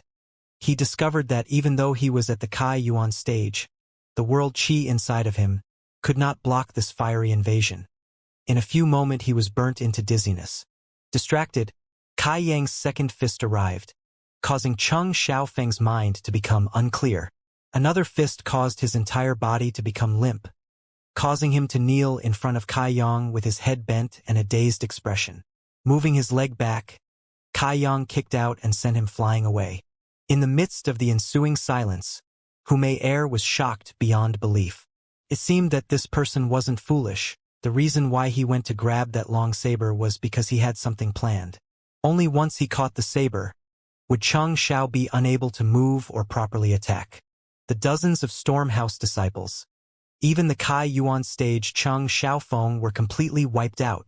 Turning his head, Kai Yang looked over to Hu Mei Er. Focusing his blood-red eyes on her, Hu Mei Er unconsciously shivered. She had never met such a savage person at only the tempered body stage. After all, it was bloody battles that shaped the younger fighters. She had never really experienced such things before. Chi. The noise of people's aching teeth rang out. Meanwhile, Kai Yang just calmly took out the saber that had pierced his hand, letting a river of warm blood flow out. Throughout the entire process, not even his eyebrows had creased in pain. And after he threw the saber to the side, he unhurriedly walked over to Hu Mei Er. This flirtatious to the bone girl shuddered on the spot and swallowed panically, while forcing out a hollow laugh. As she smiled, Kai Yang had already reached her and had her slender, white neck within his bloody grip. As her feet were lifted off the ground, she let out a muffled cry. From within Hu Mei Er's throat came a fiery cry and a groan that seemed to be lost in her daydreams. Leaning over, Kai Yang looked at Hu Mei Er, all the while laughing coldly. Nervously, Hu Mei Er's heart thumped, and quickly she went attempted to explain. I'm not together with them, for I am from the blood group. I also have not raised my hand against the Sky Tower Pavilion's people. Really? Kai Yang smiled meaningfully. And when Hu Mei Er saw that she could still talk with this person, her heart calmed down. Although she was female, she was stronger than Cheng Xiaofeng, but she had no real dominance. That was because of the physique. You are such a powerful person. Picking up her courage, Hu Mei Er extended one green, white, jade-like hand and placed it on Kai Yang's stomach. Shortly, a few of drops of blood landed on her hand and she didn't go to wipe them away. She unexpectedly put her finger in her mouth and sucked on it. In that moment, those ruby-red lips appeared thrilling and alluring to touch. Her mesmerizing erotic eyes flashed with a mysterious light.